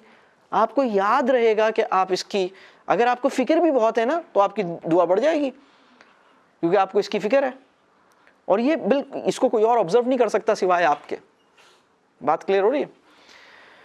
दूसरी चीज़ जिससे फ़िक्र का पता लगेगा वो है कोशिश। आप कोशिश करेंगे, फिर काम रह जाएगा, फिर कुछ गलत हो जाएगा, लेकिन कोशिश करेंगे, नहीं हो पाएगा, फिर कोशिश करेंगे, फिर नहीं हो पाएगा, फिर कोशिश, यानी कोशिश जारी रहेगी। ठीक है, प्रॉब्लम सॉल्व नहीं हो रहा, लेकिन I am trying my best, I am doing, मतलब आप अटेम्प्ट करेंगे ठीक करने की। वो ठीक नहीं हुआ, कोई बात नहीं, फिर अटेम्प्ट की। एक बात मैं आपको बताऊं, इस फिक्र में डूबा हुआ इंसान अल्लाह को उस इंसान से ज़्यादा अजीज़ हो जाएगा, और होता है जिस, मतलब जो, यानी जो फिक्र है ना आपकी अपने आप को ठीक करने की, बास कंडीशंस ऐसी होती हैं कि ठीक आदमी से ज़्यादा ठीक होने की फिक्र वाला आदमी अल्लाह को अजीज़ हो जाता है। बात समझ आ रही है? ऐसी ज़बरदस्त बात है। तो आपका तो मुकाम खुद ही बढ़ेगा, आप ये एफर्ट करें। ये सबसे पहला पॉइंट है, अपनी नियत और अपनी फ़िक्र को ठीक किया जाए, मिजाज सही करने की नियत की जाए और फ़िक्र की जाए। इसको पता कैसे चलेगा? दुआ के ज़रिए पता लगेगा, दुआ की कसरत, दुआ का तसलसल और कोशिश का तसलसल। दुआ की कसरत, कोशिश का तसलसल। कोशिश का तसलसल फ़िक्र का ऑब्जर्वेबल इंडिकेटर है, और दुआ की कसरत जो है वो नियत की सच्चाई और नियत की सेहत का इंडिकेटर है। Are you getting this? ये है पहला स्टेप 1। स्टेप 2 क्या है? स्टेप 2 के अंदर अब जो हम स्टेप 2 कर रहे हैं उसकी कुछ तफसील है। स्टेप 2 ये है कि हमारे कुछ परसेप्शंस हैं और हमारे कुछ मफरूज़े हैं, कुछ हमारे कॉन्सेप्ट्स हैं जिनको ठीक करना ज़रूरी है। अगर वो कॉन्सेप्ट्स ठीक नहीं हुए तो मिजाज, मतलब ये जो पहला काम किया इससे मिजाज बेहतर होना शुरू होगा, लेकिन अब ऑब्स्टिकल ये है कि आपने कुछ चीज़ों को, कुछ तफहीमी प्रॉब्लम्स हैं, यानी कुछ चीज़ें गलत अंडरस्टैंड कर ली हैं, कुछ जहन में गलत बातें बैठ गई हैं। मैं उसकी कुछ एग्जांपल्स देता हूँ ज़रा। अब मैं थोड़ा सा खुल के एग्जांपल दूंगा ताकि ज़रा बात समझ में आए। मिसाल के तौर पर हमारे जहन में क्या क्या चीज़ें बैठी होती हैं जिससे हमारा मिजाज ठीक नहीं होता। अब मैं कुछ जुमले बोलूँगा जो हमारे अंदर चल रहे होते हैं, इन जुमलों को हम अपना इंटरनल डायलॉग कह सकते हैं। मुश्किल तो नहीं हो रही है, बहुत सारी इस्तिलाहात तो नहीं आ रही, क्योंकि हमारी जो अंडरस्टैंडिंग है ना उसी की बेसिस पे हमारा इंटरनल डायलॉग जनरेट होता है। आपका इंटरनल डायलॉग उतना ही बामानी है जितनी अच्छी आपकी अंडरस्टैंडिंग है। ठीक है, अब मैं इंटरनल डायलॉग बताता हूँ, यानी अंदर ही अंदर चल रही है ना, बाज़ औक़ात तो ये अंदर चल रहा होता है, बाज़ औक़ात किसी से बोल भी रहे होते हैं। वो जुमला क्या है? क्या मतलब, क्या मैं बस खुद पर ही काम करती जाऊं या करता जाऊं? ठीक है, आपके जहन में ये ख्याल आएगा और आप वहां रुक जाएंगे, फिर वापस पीछे पलट जाएंगे। या फिर आपके जहन में ये ख्याल आएगा, क्या सारी खराबी मुझ में ही है? क्या मुझी में सारी खराबी है? क्या मैं ही गलत हूं?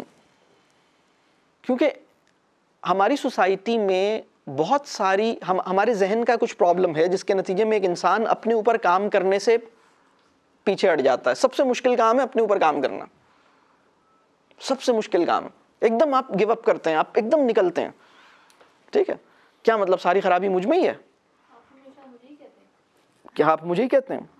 और एक और बड़ी दिलचस्प बात, मेरे मिजाज के अच्छा होने का उन्हें फायदा क्यों हो? ये बड़ी ज़बरदस्त बात, मतलब जब ये बात जहन में आती है ना, तो अब दोबारा अगर ये बात पैदा होती है तो आपको फौरन देखना है कि आप अपने मिजाज को देखें। नियत की गड़बड़ हो गई ना, आप अपना मिजाज इनके लिए ठीक कर रहे थे क्या? इनसे फायदा लेने के लिए ठीक कर रहे थे क्या? अगर अपने मिजाज की इस्लाह की फिक्र अगर इनके लिए काम कर रहे हैं तो फिर तो इसकी वजह से काम रुक जाएगा, लेकिन अगर उसके लिए काम कर रहे हैं नियत क्या है आपकी? तो फिर आप कहेंगे ठीक है मुझे ठीक होना है, ठीक है, तो आप बहुत सारी चीजों को रिजॉल्व करना होगा, नहीं तो लोग टिट फॉर टैट की तरह, लोग कहते हैं ये टिट फॉर टैट है, उनके मिजाज को जिस तरह डिस्क्राइब होता है टिट फॉर टैट, सुना है ना? अच्छा, फिर एक और सवाल आता है, तो क्या अब मैं बुरा भी नहीं मानूं? क्या मैं इंसान नहीं हूं? क्या मैं फील ना करूं, या मैं फील नहीं कर सकती? इस तरह बहुत सारे। एक और बड़ी जबरदस्त बात जो हमारे जहनों में आती है, अच्छा फील करना बुरी बात नहीं है, बुरी बात छोटी छोटी बातें फील करना है, इग्नोरेबल चीजों को इग्नोर ना करना, ये प्रॉब्लम है। मैं इसकी एक एग्जांपल देता हूं। बहुत सारी लेडीज को अपनी सास की वो बात बुरी लगती है जो उनकी अम्मी भी सारी जिंदगी उनको बोलती रहती थी। मेरे पास बहुत सारी लेडीज आती हैं, जब वो अपनी सास का कभी कोई बात करती हैं कि वो मुझे ऐसे कहती हैं, तो मैं उनसे कहता हूँ सच सच मुझे एक बात बताओ, क्या तुम्हारी अम्मा ने कभी भी तुम्हें इस तरह का कोई जुमला नहीं कहा? तो पता लगता है अम्मा ने तो इससे ज्यादा कहे हैं, लेकिन अम्मा की बात को फील नहीं किया। तो ये बाज़ौक़ात इंसान को सोचना चाहिए कि ठीक है, अगर मेरी अम्मा कह सकती हैं तो कोई और भी ये भी कह सकती हैं, ये भी मेरी अम्मा की जगह है। तो अगर चीज़ों को इस तरह समझ लिया जाए, यानी अंडरस्टैंडिंग में कुछ चेंज कर लिया जाए, तो फिर चीज़ों पे काम करना आसान हो जाएगा। लेकिन अगर वो अंडरस्टैंडिंग में ही प्रॉब्लम रहेगा तो चीज़ों में प्रॉब्लम फिर सॉल्व नहीं हो सकेगा। इस तरह की बहुत सारी चीज़ें हमारे जहन में आती हैं। इसके पीछे भी, अच्छा अब इससे भी पीछे मैं और डीप डाउन और कुछ कॉन्सेप्ट्स को टच करूंगा, ठीक है जी। आपने कहा है जो इग्नोरेबल चीजें उनको इग्नोर करें, तो कैसे ये कैसे पता लगेगा कि इग्नोरेबल? सुभान अल्लाह, ये भी बात सही है, ये भी बात सही है। इग्नोरेबल कैसे पता लगेगा कि ये इग्नोरेबल है या नहीं है, इसके ऊपर मुझे नोटिस लेना चाहिए या नहीं? इसके लिए अल्लाह से हिकमत की दुआ मांगनी चाहिए, इसके लिए अल्लाह से। और दूसरा इसका एक तरीका ये है कि वो मामला जिसको इग्नोर करने के नतीजे में नुकसान नहीं हो रहा, जिसका नोटिस लेने के नतीजे में नुकसान हो रहा है, उस पर इग्नोर करना लाजिम है, वाजिब है। उसको इग्नोर ना करने की पकड़ होगी। बात समझ आ रही है? यानी वो मामला जिसके इग्नोर करने के नतीजे में कोई नुकसान नहीं है, लेकिन उसके नोटिस करने के नतीजे में डैमेज कॉज हो रहा है, उसका इग्नोर करना बिल्कुल ज़रूरी है, उसका इग्नोर करना, ठीक है। प्रॉब्लम जब होगी जब इग्नोर करने के नतीजे में भी कुछ फ़ायदा कुछ नुकसान हो, और नोटिस करने के नतीजे में भी कुछ फ़ायदा कुछ नुकसान हो। हमें यह देखने की ज़रूरत है कि नोटिस करने की क्या कॉस्ट है और इग्नोर करने की क्या कॉस्ट है। नोटिस करने का क्या रिवॉर्ड और कॉस्ट, नोटिस करने का क्या रिवॉर्ड है और नोटिस करने की क्या कॉस्ट है, और इग्नोर करने का क्या रिवॉर्ड है और इग्नोर करने की क्या कॉस्ट है। हम इन दोनों का कंपैरेटिव एनालिसिस करें, लेकिन ये उस वक्त होगा जब हम कूल माइंडेड होंगे, जब हम अपने आप को ज़रा काबू में करेंगे, हम रिएक्ट नहीं करेंगे। हम कहेंगे यार रुको ज़रा, इत्मीनान से, ज़रा बाद में देखता हूँ, ये इतना तहम्मुल तो होता नहीं हो, तो उसी वक्त देन एंड देयर एकदम फायरवर्क्स हो जाते हैं ना, तो कुछ का कुछ हो चुका होता है। हाँ, अब मैं अगले पॉइंट पे आ रहा हूँ, बताता हूँ। इसके बाद एक और जो इससे भी ज़्यादा, जो अगेन ये दूसरा ही पॉइंट चल रहा है, तफहीमी मामलात, यानी हमारी सोच, हमारे मफरूज़े, हमारे कॉन्सेप्ट्स, उनकी करेक्शन ज़रूरी है, ठीक है। अब उसमें एक दो चीज़ें और हैं। मिसाल के तौर पर बहुत से लोगों का स्टैंस ये है कि जब मेरी गलती ही नहीं है तो मैं सॉरी क्यों कहूँ। देखिए, जो प्राइवेट लाइफ है ना, जो मैंने कहा था कि एक है पब्लिक लाइफ, एक है प्राइवेट लाइफ। अगर आपने माफ़ी मांगने और माफ़ करने का उसूल ये बना लिया है, माफ़ी मांगने का उसूल अगर किसी का ये बन जाए कि पहले मुझ पे मेरी गलती साबित कर दो फिर माफ़ी मांगूंगा, ये आदमी हमेशा मुश्किल में रहेगा, ये हमेशा मुश्किल में रहेगा। और ये बहुत, यानी ये अपने लिए बहुत बड़ी प्रॉब्लम क्रिएट कर रहा है। माफ़ी मांगने और माफ़ करने का उसूल ये नहीं होना चाहिए। कम से कम इन 4 लोगों के साथ जिनको अभी हमने इधर लिखा था, जो प्राइवेट लाइफ में है, पेरेंट्स, स्पाउस, सिबलिंग्स और बच्चे, इनके साथ उसूल क्या है माफ़ी मांगने और माफ़ करने? इसका उसूल ये है, जिसका फ़हम ज़्यादा है उसकी जिम्मेदारी ज़्यादा है, माफ़ करने की भी, माफ़ी मांगने की भी, ठीक है। आई रिपीट, क्या मैंने कहा? जिसका फहम ज़्यादा है उसकी जिम्मेदारी ज़्यादा है, माफ़ करने की भी, माफ़ी मांगने की भी। अगर आपने, फहम से मुराद understanding, understanding, if you understand more, this is your responsibility to forgive and seek forgiveness. होता यह है कि हम बाज़ औक़ात जहन यानी चीज़ों को ना सिर्फ कैलकुलेट कर रहे होते हैं, सिर्फ हम इस तरह देख रहे होते हैं, अच्छा गलती तो उसकी है, वो सॉरी क्यों नहीं कर रहा। आप अगर इस तरह चलेंगे ना, देखें कानूनी ऐनक लगा लेने से ना रिश्ते खूबसूरत नहीं होते और मुस्तहकम नहीं होते। अगर आप ये कहेंगे ना ये उसकी जिम्मेदारी है, ये मेरी जिम्मेदारी है, ये उसका फ़र्ज़ है, ये मेरा फ़र्ज़ है, कानूनी तौर पर आप चीज़ों को देखेंगे ना, आपको इस तरह नहीं देखना होगा। आपको स्पेशली ये जो रिश्ते होते हैं ना बच्चों के साथ, बीवी के साथ, वालिदैन के साथ, इसके अंदर आपको बढ़ के करना होता है और इस एहसास के साथ बढ़ के करना होता है कि मैंने थ्रू आउट माई लाइफ बहुत सारी चीज़ें गड़बड़ की होंगी, तो उसकी कॉम्पनसेशन का एक मौका मिल रहा है तो क्यों ना मिले। आप मुझे बताइए, क्या हम में से कोई ये दावा कर सकता है कि हमने अपने कभी भी किसी भी अमल से वालिदैन को कभी कोई तकलीफ नहीं दी होगी? क्या ये कोई दावा कर सकता? मतलब हो सकता है चलें अभी 2 साल से नहीं दी होगी, लेकिन जब आप 6 साल के थे तो दी होगी, जब 10 साल के थे तो दी होगी, 14 साल के थे तब भी दी होगी, क्या पता 20 साल की एज में भी दी हो, और क्या पता अभी भी बेख्याली में दी हो, अल्लाह हमें माफ़ करे।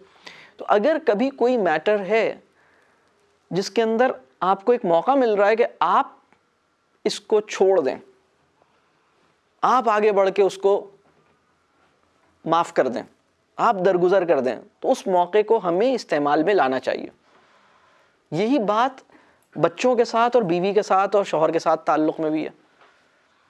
क्या हम ये कह सकते हैं कि दूसरे का दिल दुखा, वहाँ हम माजरत कर लें? हाँ, लेकिन अब देखें, एक तो पॉइंट ये, आपको जब तक पता नहीं, आपको जब पता लगता है कि उसका दिल दुखा तो मैंने माजरत कर ली। मैं ये कह रहा हूँ इसमें तो आप पे माजरत, अगर इसमें तो माजरत नहीं की तो फिर तो आप गए, फिर तो आप उस दुनिया में गए। फ़र्ज़ कीजिए मुझसे किसी का दिल दुखा और मैंने माजरत नहीं की, तो फिर उस दुनिया में मेरा काम हो गया। बात क्लियर हो रही है? लेकिन अगर मुझसे किसी का दिल नहीं दुखा, या चलें मैंने किसी का दिल नहीं दुखाया लेकिन खुद ही उसका दुख गया, ठीक है, ऐसा भी तो होता है ना। आप कहें मुझ पहले ये साबित करो मैंने तो तुम्हें कोई दिल दुखाया ही नहीं है, इस बात पर उसका दिल दुख रहा है कि मतलब अगर मेरा दिल दुख रहा है तो ये वैसे ही मेरे दिल को मना ले। मतलब जितना हम उसे ये बताते हैं मैंने तो तुम्हारा दिल नहीं दुखाया, ये जो अंदाज़े बेपरवाही है ये इंसानी ताल्लुक़ के अंदर बड़ा गिरा गुजरता है। कानूनी तौर पर माफ़ी आप पे वाजिब नहीं है, लेकिन इंसानी ताल्लुक़ के अंदर, इंसानी रिश्तों के अंदर इस माफ़ी, ये माफ़ी नागुज़ीर है। इस आपका सॉरी कहना आपकी हिकमत की दलील है। आपका सॉरी ना कहना आप कानूनी तौर पर आपके लिए जायज़ है कि आप सॉरी ना कहें, यानी आपके लिए कानूनी बाइंडिंग नहीं है कि आप सॉरी कहें, लेकिन ताल्लुक़ को बचाने के लिए सॉरी कहना नागुज़ीर है। बात समझ आ रही है? नहीं, बाज़ औक़ात हमें कुछ ऐसी नमाज़ें पढ़नी ज़रूरी हो जाती हैं जो हम पे फ़र्ज़ नहीं थी, अपनी ज़िंदगी के दिलअद्दर दूर करने के लिए। बात वाज़ेह हो रही है या नहीं होती? तो बिल्कुल इसी तरह की सिचुएशन, पता नहीं मेरी पूरी बात समझ आई या नहीं जो मैं, ठीक है। हमें वाजिब होता है ना, हमें पता नहीं होता, हमारे हम इतनी कर रहे होते हैं सोसाइटी में, हम समझते हैं मजाक नॉर्मल है, और अगला बंदा या बच्चा वो बुली हो रहा होता है। बिल्कुल ये बिल्कुल नॉर्मल, बिल्कुल हाँ, ये बात भी बिल्कुल सही है। हो सकता है कि हमारे अनइंटेंशनल किसी बिहेवियर से, मिजाज तो यही चीज़ है ना, मिजाज क्या चीज़ है? आपने जानबूझ के थोड़ी किसी का दिल दुखाया, खुद ही उसका दिल दुख गया। तो ये आपका मिजाज, क्योंकि मैंने मिजाज, आपकी प्रेजेंस में कोई अनकंफर्टेबल हो रहा है, आपकी प्रेजेंस में कोई डिसरिस्पेक्टफुल फील कर रहा है, आपकी प्रेजेंस में कोई इनसिक्योर फील कर रहा है, आपकी प्रेजेंस में कोई डिमीन फील कर रहा है, डिमीन होता है ना, मतलब रिडिक्यूल्ड फील कर रहा है, आपकी प्रेजेंस में कोई ऑकवर्ड फील कर रहा है। ये सारी मतलब मैंने कहा था कि सबसे बेहतरीन क्या है कि वो कंफर्टेबल है, सिक्योर है, इंजॉयबल है उसके लिए और वो बहुत रिस्पेक्टेड। लेकिन ये तो आइडियल है ना। अब इससे नीचे आते चले जाएं थोड़ा थोड़ा थोड़ा थोड़ा थोड़ा, फिर एक जीरो पे आ जाएगा, फिर उसके बाद आप और नीचे चले जाएं। ये सब और आप जानबूझ के थोड़ी कर रहे होते हैं। एक आदमी है विलियम पर्की, उसने बड़ी ज़बरदस्त एक और मुझे बस एक चीज़ याद आ गई, उसने बड़ी एक कमाल की एक थ्योरी पेश की, वो सिर्फ मैं जिक्र करके जाऊंगा क्योंकि अब ये हम फिर वापस उधर नहीं जाना चाह रहे। उसने कहा कि इंसानों की ना, उसने बड़ी दिलचस्प 4 अक़साम बताई। उसने कहा कि एक टाइप के लोग वो हैं जो इंटेंशनली इनवाइटिंग है। इंटेंशनली इनवाइटिंग वो लोग हैं जो पूरी कोशिश करते हैं कि लोगों के साथ अच्छी तरह पेश आएं, उनके लिए इनविटेशनल हो, उनके लिए वेलकमिंग हो, इंटेंशनली इनवाइटिंग है, ठीक है। इनको आप यूं कह लीजिए कि वो अपने रवैयों में खुशनुमाई इख्तियार करते हैं। दूसरे टाइप के वो लोग हैं जो अनइंटेंशनली इनवाइटिंग हैं। इनको आप कह लीजिए कि ये इनके मिजाज इतने नफीस हैं, ये इतने बाज़ौक़ हैं कि इन्हें लोगों को कह लीजिए वेलकम करने और वार्म फील कराने के लिए कुछ एफर्ट नहीं करनी पड़ती। हमारे माशरे में भी बहुत से लोग ऐसे हैं जिन्हें किसी की इज्जत और तकरीम करने के लिए थोड़ी कोशिश करनी पड़ती है, फिर भी सामने वाला ज्यादा तकरीम महसूस नहीं करता। और बाज लोग ऐसे हैं जिनको मतलब कोई कोशिश मतलब उनके साथ रहने वाला आदमी खुद ही मुकर्रम और बाइज्जत महसूस करता। मैं बाज़ औक़ात ये देखता हूँ कि बहुत सारे मोहब्बत करने वाले मुझसे ऐसे हैं, लाखों लोग मोहब्बत करते हैं लोग, तो ऐसे हैं जो मैं देखता हूँ कि वो बहुत चाहते हैं कि खुश करें, वो बहुत चाहते हैं कि, लेकिन उन बेचारों मिजाजी दीवार मतलब एक मिजाजी मसाइल उनके साथ हैं। बात समझ आ रही है?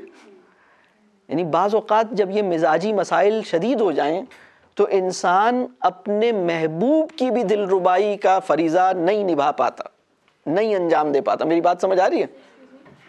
जी। से जब भी कोई मिलता था उसको ऐसा महसूस होता था जैसे मैं ही इनका सबसे पसंदीदा। सुभान हर सहाबी इनका इतना अच्छा सुभान उनके साथ बर्ताव होता था, बिल्कुल इतना अच्छा मिजाज सुभान। समझता था मैं सबसे ज़्यादा अच्छा इंसान। इसमें एक बात और गौर करने की है कि हर सहाबी का ये ख्याल था कि शायद मैं सबसे करीब हूँ, शायद मुझसे सबसे ज़्यादा मुझे अहमियत, यानी जिससे मिलते थे वो इतना इकराम, इतनी इज़्ज़त अफजाई ऐसा। और इसमें जो बड़ी बात है वो ये कि वो सहाबा जो हर वक्त साथ रहते थे और वो सहाबा जो कम मिलते थे, सबको इस फीलिंग में लेकर आ जाना, ये तो बहुत बड़ी बात थी ना। यार गार तो इस फीलिंग में थे ही, बाकी भी इस फीलिंग में चले गए, ये बहुत बड़ी बात थी। सुभान अल्लाह, जज़ाकल्लाह खैर। तो वो विलियम बर्की ने 2 और बताए इसी तरह, यानी इंटेंशनली अनइंटेंशनली इनवाइटिंग, फिर उसने कहा इंटेंशनली अनइनवाइटिंग। फिर उसके बाद चौथी जो बताई है वो कमाल की, अनइंटेंशनली अनइनवाइटिंग। और ये मैं वापस आ जाता हूँ, अभी मैं इसकी डिटेल में नहीं जा रहा, लेकिन ये आप इस पर गौर कीजिएगा, कमाल की बात है। मतलब ये अगर हम इसमें जाएं तो कैसी, तो ये है मिजाज का मसला। ऐसे होता है कई दफा कि आप 2 लोग ऐसे होते हैं, जैसे अगले ने कुछ ऐसे नहीं कहा कि आपको कुछ बुरा कहा, लेकिन आपका उसके साथ कभी भी मिजाज नहीं होता, तो फिर क्या? भाई इस वक्त ये मिजाजों की मैं आपको बताऊं, एक होता है अफकार का तसादुम, एक होता है मिजाज का तसादुम।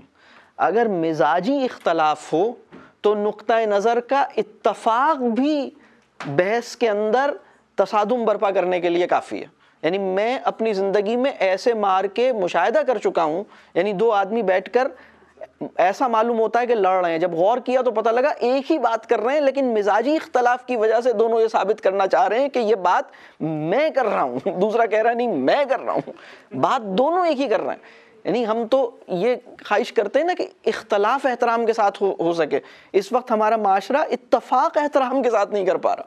बात बात हो रही है, यानी नुक्ता नज़र का इत्तफाक और मिजाज का इख्तलाफ तसादुम बर्पा करने का मूजिब बन रहा है।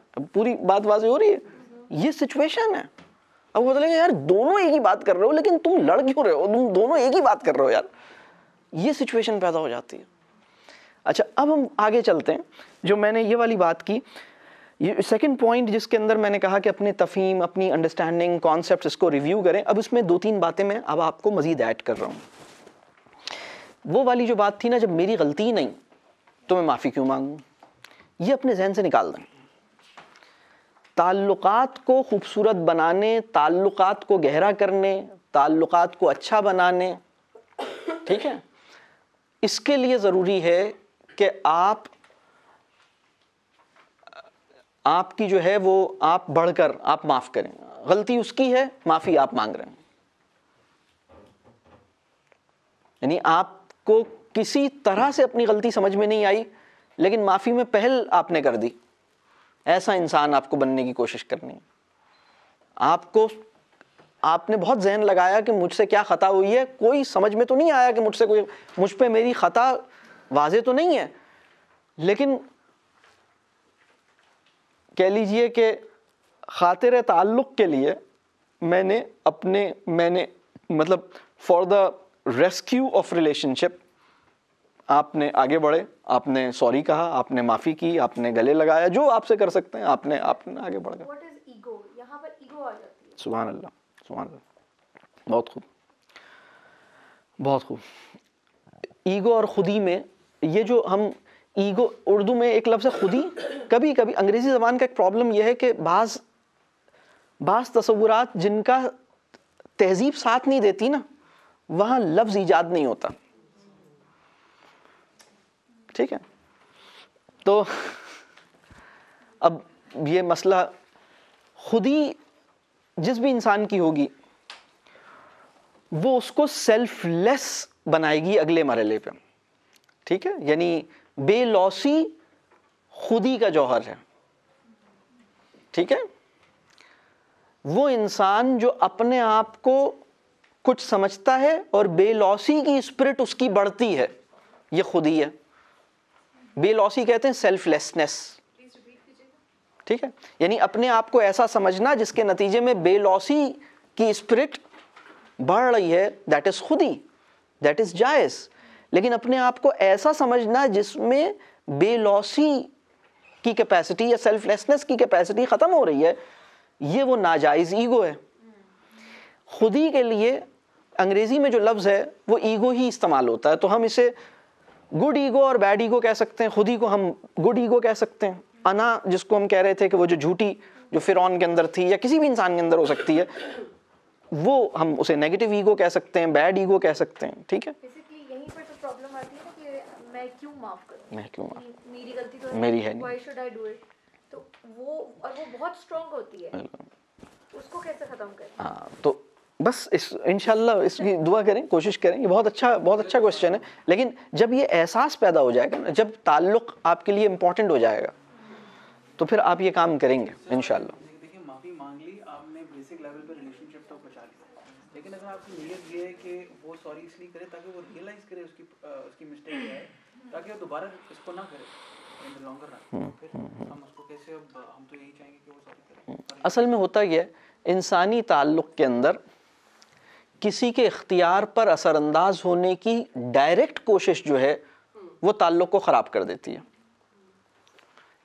यानी आपकी बीवी या आपका बच्चा, आप उसके इख्तियार को अपने हाथ में लेना चाहते हैं ना, तो प्रॉब्लम होगा।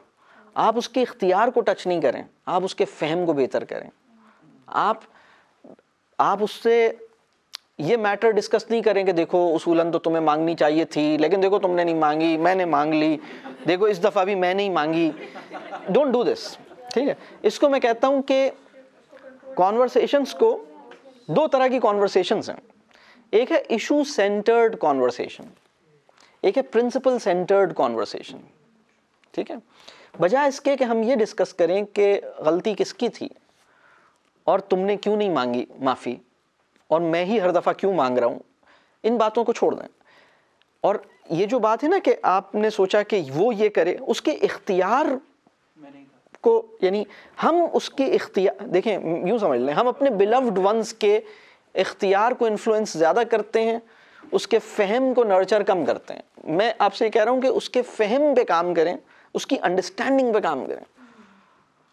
अल्लाह ने उसको एक इख्तियार, उस देखें यूँ समझ लें, मैं दो बातें कह रहा हूँ। हम सबको एक मिली है power of choosing, right to choose या फ्रीडम टू चूज़, ठीक है, इख्तियार। दूसरा है हमारी अंडरस्टैंडिंग, हमारा शऊर, ठीक है। अगर कोई मेरे शऊर पे काम करता है तो मैं अपने इख्तियार में खुद ही सेंसिबल हो जाता हूँ, लेकिन अगर कोई मेरे इख्तियार पे डायरेक्ट इन्फ्लुएंस करता है मेरे शऊर पे काम किए बगैर, तो मैं उससे कुट्टी हो जाता हूँ। ये मेरा प्रॉब्लम है, यानी ये मेरे से मुराद ये इंसान का प्रॉब्लम है। बात वाज़ेह हो रही है? तो हम उसके शऊर पे काम करें। हुस्न ताल्लुक़ भी तरबियत की बहुत ज़बरदस्त कह लीजिए पाथ है। आप जैसे ये कह रहे हैं ना कि मैं उसकी तरबियत के लिए ये चाह रहा हूँ कि वो रियलाइज़ करे, हुस्न ताल्लुक़ भी ज़बरदस्त है। यानी आपने उससे कहा तो नहीं कि यार गलती ना भी हो तो माफ़ी मांग लेते हैं, लेकिन आप हर दफ़ा ये काम कर रहे हैं, ये बात भी उसके मिजाज पे असरअंदाज होगी। बात समझ आ रही है? इंशाअल्लाह। तो अच्छा, अब जो मैं पॉइंट, एक और चीज़, कुछ लोगों का माफ़ करने का कॉन्सेप्ट ठीक नहीं है। कुछ लोग ये कहते हैं कि मैंने माफ़ तो कर दिया है लेकिन मैं उसे भूल नहीं पा रहा। तो माफ़ी, ये माफ़ी है ही नहीं। To forgive and not to forget is actually not to forgive. If you say that you have forgiven, if अगर आपको लगता है आपने उसको माफ़ कर दिया, बच्चे को माफ़ कर दिया, बीवी को माफ़ कर दिया, किसी को माफ़ कर दिया आपने, अब आप इसको सोचें नहीं, अब आप इसको भुलाने की शऊरी कोशिश करें। माफ़ किए हुए मैटर का दोबारा याद आ जाना, ये भी कह लीजिए आजमाइश है। आपके बस ठीक है, मैंने माफ़ कर दिया, अब मेरी शऊरी कोशिश है, मैं इंटेंशनली एफर्ट करूंगा कि जिस बात को मैंने माफ़ कर दिया है उसको अब मैं रिविजिट ना करूं, रिकॉल नहीं करूं। और अगर दूसरा करवाए तो कि बहुत मुश्किल है क्योंकि इमोशनली उसके साथ नहीं, असल में सुने, होता यह है कि जब हम इस काम को करेंगे तो ये काम ठीक होगा, ठीक है। अगर हम इसको इस तरह देखेंगे ना कि ये तो औरतों के लिए मुश्किल है, तो फिर वो औरत जो ये समझती है कि ये औरतों के लिए मुश्किल है, उसके लिए बहुत मुश्किल है। लेकिन वो औरत जो ये समझती है कि ये तो औरतें कर सकती हैं, उसके लिए आसान है। दोनों सूरतों में औरत सही समझती है। बात समझ आ रही है? ये एक्चुअली असल में ये सब हमारा जो इंटरनल डायलॉग है उसका ठीक होना बहुत ज़रूरी है। सर इधर दूसरी साइड से रिपीटेशन हो रही हो उसी बात, सारी बात पिछली चीज याद आती है इंसान आपको दूसरे रिकॉल कराते हैं, ये वापस याद करो, ये हुआ था। असल में दो तीन चीज़ें, हमारे रिलेशनशिप में वो इंसान जिसके शऊर पर और जिसके मिजाज की इस्लाह पर मैं कोई बहुत ज़्यादा काम नहीं कर पाऊँगा। मिसाल के तौर पर आपकी सास हैं जो 65 इयर्स की हैं या 70 इयर्स की हैं।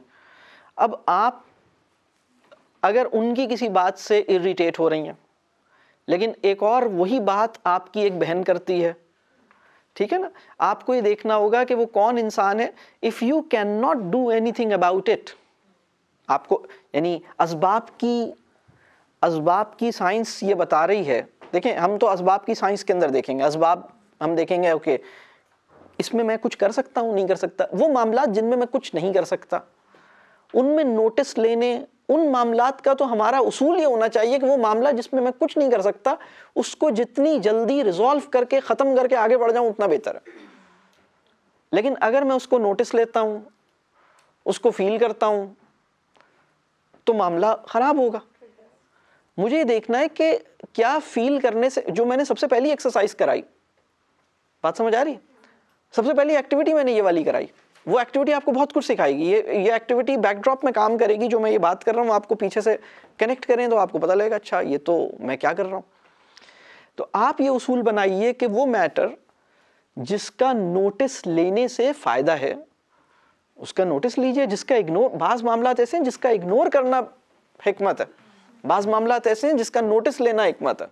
अल्लाह से हिकमत की दुआ करनी चाहिए, या अल्लाह मुझे सही कर दे अपने मामलात में, मैं जिस चीज़ को जो अहमियत देनी है मैं उतनी ही दूँ। ठीक है ना। तो बाज़ औक़ात हम उलझ रहे होते हैं किसी ऐसे मामले पे जिसमें हमें आगे बढ़ना है, रुकना नहीं है। क्लियर हो रही है बात? ये भी होता है कि ये एक उसूल हमने कभी सीखा था कि अगर आप बच्चों की तरबियत के हवाले से या अपने जो बिल्कुल क्लोज रिलेशन है ना, जब कोई एक मामला होता है, आप ये कहते हैं तुमने फलां टाइम पे ऐसे किया, तुम हमेशा ऐसे करती हो या करते हो, इसको छोड़ के इस मोमेंट में जो हो रहा है उसको सॉल्व करें, तो हमारी जज्बाती कैफियत और हमारा गुस्सा, वो सब चीज़ें 10%, 20%, 50% कम हो जाती हैं। बिल्कुल सही, बिल्कुल पिछली चीज़ को रिलेट करने नहीं करें, बिल्कुल ठीक, बिल्कुल ठीक, बिल्कुल सही। अच्छा, मैं एक चीज़ और बताता हूँ, ये भी फ़हम की सतह पर चंद चीज़ें जो अब खैर इस वर्कशॉप में भी इतनी गुंजाइश नहीं है कि मैं बहुत सारी चीज़ों पर डिस्कस करूँ, लेकिन ये बहुत बड़ा चैप्टर है कि हमारी सोच में या हमारे फ़हम में हमारे कुछ तफ़हीमी मसाइल हैं। तफ़हीमी मसाइल का मतलब ये है हमने कुछ गलत चीज़ें हमारे फ़हम का हिस्सा बन गई हैं, जब तक वो वहाँ से निकलेंगी नहीं ना, उन चीज़ों को ठीक करने की ज़रूरत है। जैसे मैंने छोटी छोटी चीज़ें बताई हैं ना, ये सिर्फ इनकी तरफ इशारा है। अल्लाह करे कि ये चीज़ें हमारी सही हो, हमारा फ़हम। बाज़ अमीन एहसन इस्लाही साहब ने अपनी एक किताब में तज़किये की जो बाज़ किस्में बयान की हैं, उसमें उन्होंने अपने फ़हम और इल्म के भी तज़किये की बात की है। यानी उन्होंने ये कहा है कि इंसान की जिम्मेदारी है कि वो जो कुछ उसकी अंडरस्टैंडिंग है उसको भी परखे और उसमें से भी चीज़ों को तज़किया करे। यानी वो इस तरह से भी उन्होंने चीज़ों की डिस्क्रिप्शन, बाज़ स्कॉलर्स इस लेवल पर इस तरह चीज़ों को बयान कर रहे हैं। खैर, मैं वापस आता हूँ, 2 लफ्ज़ में लिखूँगा और इसका फ़र्क भी बड़ा ज़रूरी है कि हम समझें। ये क्या है और ये क्या है, इन दोनों में फ़र्क है। बहुत से लोग ये समझ रहे होते हैं कि मैं सब्र कर रहा हूँ, लेकिन एक्चुअली वो बर्दाश्त कर रहे होते हैं। बर्दाश्त और सब्र में क्या फ़र्क है, इसको समझना ज़रूरी है। ये भी जैसे मैं कह रहा हूँ ना, जो पॉइंट नंबर 2 ही चल रहा है अभी, कि हम अपनी शऊर को ठीक करें। हमारे शऊर में कुछ चीज़ें गलत बैठ गई हैं, ठीक है। उनमें से एक इशू ये है, सब्र और बर्दाश्त में फ़र्क हमें समझना होगा। ये दोनों अच्छी चीज़ें हैं। सब्र तो बहुत ही बढ़िया चीज़ है, बर्दाश्त भी बहुत बढ़िया चीज़ है। फ़र्क क्या है इसमें, पहले ये समझें। ये भी फितरी हमारी ये एक फितरी क्वालिटी है, नेचुरल क्वालिटी है, ये भी फितरी क्वालिटी है, ठीक है। फ़र्क सिर्फ ये है, यानी ये अल्लाह ने हर इंसान के अंदर बर्दाश्त रखी है, हर इंसान के अंदर बर्दाश्त रखी है, चाहे वो अल्लाह को माने या ना माने, ठीक है। हमारी फितरत का ये ट्रेट जब नूरे ईमानी से मुज़य्यन हो जाता है तो हमारे अंदर सब्र पैदा होता है। बात क्लियर हो रही है? यानी अच्छा, सब्र क्या, बर्दाश्त जो है ना, बर्दाश्त का जब हम कभी कभी एक जुमला बोलते हैं उर्दू में, मेरे सब्र का पैमाना क्या हो गया, लबरेज हो गया, और फिर क्या हो गया, छलक गया, फिर तुम्हारी ऐसी तैसी हो गई, ठीक है। ये अंडरस्टैंडिंग ही ठीक नहीं है। जो छलकने वाला पैमाना है ना, वो बर्दाश्त का पैमाना है, सब्र का नहीं है। ये ज़मीनी पैमाना है, ये भर जाता है, इसका एक थ्रेशोल्ड है, इसकी एक कैपेसिटी है, पर्सन टू पर्सन वैरी करती है। यानी आप कितनी बर्दाश्त कर सकते हैं, ये आपका थ्रेशोल्ड है। आप इतना बर्दाश्त कर सकते हैं, आप इतना कर सकते हैं, आप इतना कर सकते हैं, आप इतना, हर एक की पर्सन टू पर्सन वैरी कर रहा है। जैसे जिस तरह हमारी ब्रॉटअप हुआ है, हम कितना बर्दाश्त कर रहे हैं, हर एक की बर्दाश्त का एक पैमाना है, बर्दाश्त का पैमाना जब फुल हो जाता है तो आदमी फिर रिएक्ट करता है, ठीक है। लेकिन सब्र जो है ना, सब्र आसमानी पैमाना है, सब्र का पैमाना बढ़ता नहीं है। बर्दाश्त और सब्र में फ़र्क क्या है? आपको कैसे पता लगेगा कि मैं सब्र कर रहा हूं, बर्दाश्त नहीं कर रहा? जब आप बर्दाश्त करते हैं तो आपकी शुक्र करने की कैपेसिटी कम होने लगती है। जब आप सब्र करते हैं तो सब्र करने के नतीजे में शुक्र की कैपेसिटी बढ़ती है। आपकी वो हालत जो आपके जज्बा शुक्र को अगले लेवल पे लेके जा रही है, अगर आपका जज्बा शुक्र बढ़ रहा है तो ये स्टेट ऑफ सब्र है। सब्र का दूसरा इंडिकेटर ये है कि शिकायत नहीं करता आदमी, शिकायत नहीं करता। सब्र का तीसरा इंडिकेटर यह है कि उस तकलीफ पे राजी हो जाता है, उसकी, यानी ये सब एक ही, यानी उस तकलीफ पे राजी है, उसकी शिकायत कर ही नहीं रहा। मतलब इस इंसान से अगर डॉक्टर के अलावा कोई ये पूछे ना कि इसकी तबीयत ख़राब हो और इससे कोई पूछे सर आपकी तबीयत कैसी है, तो इसके लिए बहुत मुश्किल है ये बात बोलना कि मेरी तबीयत अच्छी नहीं। बड़ी मतलब वो यही कहेगा अल्हम्दुलिल्लाह मैं तो सही हूँ। सिर्फ डॉक्टर ही के आगे बोलेगा कि सर मुझे 103 बुखार हो रहा है और मेरे सर में दर्द है और मुझे रात में नींद नहीं आई और मेरा पूरा जिस्म दुख रहा है। लेकिन आम आदमी को ये जुमला बोलना उसके लिए तकरीबन नामुमकिन हो जाता है। बात समझ आ रही है? ये बात समझ आ रही है? यानी वो उस कैफियत में राजी होता है, वो उसकी शिकायत नहीं करता, उसका शिकवा नहीं करता, और उसके लिए वो उस सिचुएशन को अपने लिए गवारा बना लेने की फिक्र करता है। वो उस पे अल्लाह, मतलब वो कहता है ठीक है अल्लाह ने मुझे इस हाल में रखा है, मैं इस पे राजी हूँ। अल्लाह से तो कह देता है, लेकिन अल्लाह से भी दुआ ही करता है, अल्लाह से भी शिकायत नहीं करता। अल्लाह से ये शिकायत नहीं करता कि मैंने तेरा क्या बिगाड़ा था, मैं ही क्यों, मुझे क्यों किया, मेरी क्या खता थी, इस तरह की बातें नहीं करता। बात समझ आ रही? अगर आपकी शुक्र करने की कैपेसिटी बढ़ रही है तो इसका मतलब है आप सब्र की हालत में। अगर आपके लिए शिकायत तकरीबन नामुमकिन या बहुत मुश्किल हो गई है, शिकायत करना दुश्वार हो गया है, शुक्र करना आसान हो गया है, इसका मतलब ये जान लीजिए आप सब्र कर रहे हैं, जो भी मैटर है आप उस पर सब्र कर रहे हैं। लेकिन अगर आपके लिए शिकायत आसान हो गई है, शुक्र मुश्किल होता जा रहा है और इसकी तकलीफ को बहुत फील करते हैं, सब्र वो स्टेट है जिसमें हम इरिटेटेड फील नहीं कर रहे होते। हम कहते हैं ठीक है ये बस है, मैं इसको मतलब मैं नहीं, मतलब ये बड़ी डिफरेंट सिचुएशन है। बात क्लियर हो रही है? बर्दाश्त की ना एक सतह होती है। अच्छा मैं एक बात और बताऊं, बर्दाश्त बुरी चीज नहीं है, बर्दाश्त भी बहुत अच्छी चीज है। अल्लाह का हमारी फितरत में जबरदस्त इनाम है बर्दाश्त, लेकिन बर्दाश्त की एक हद होती है। सब्र जो है, ईमान जो है, जैसे जैसे बढ़ता है सब्र की नई हदें तय करता रहता है।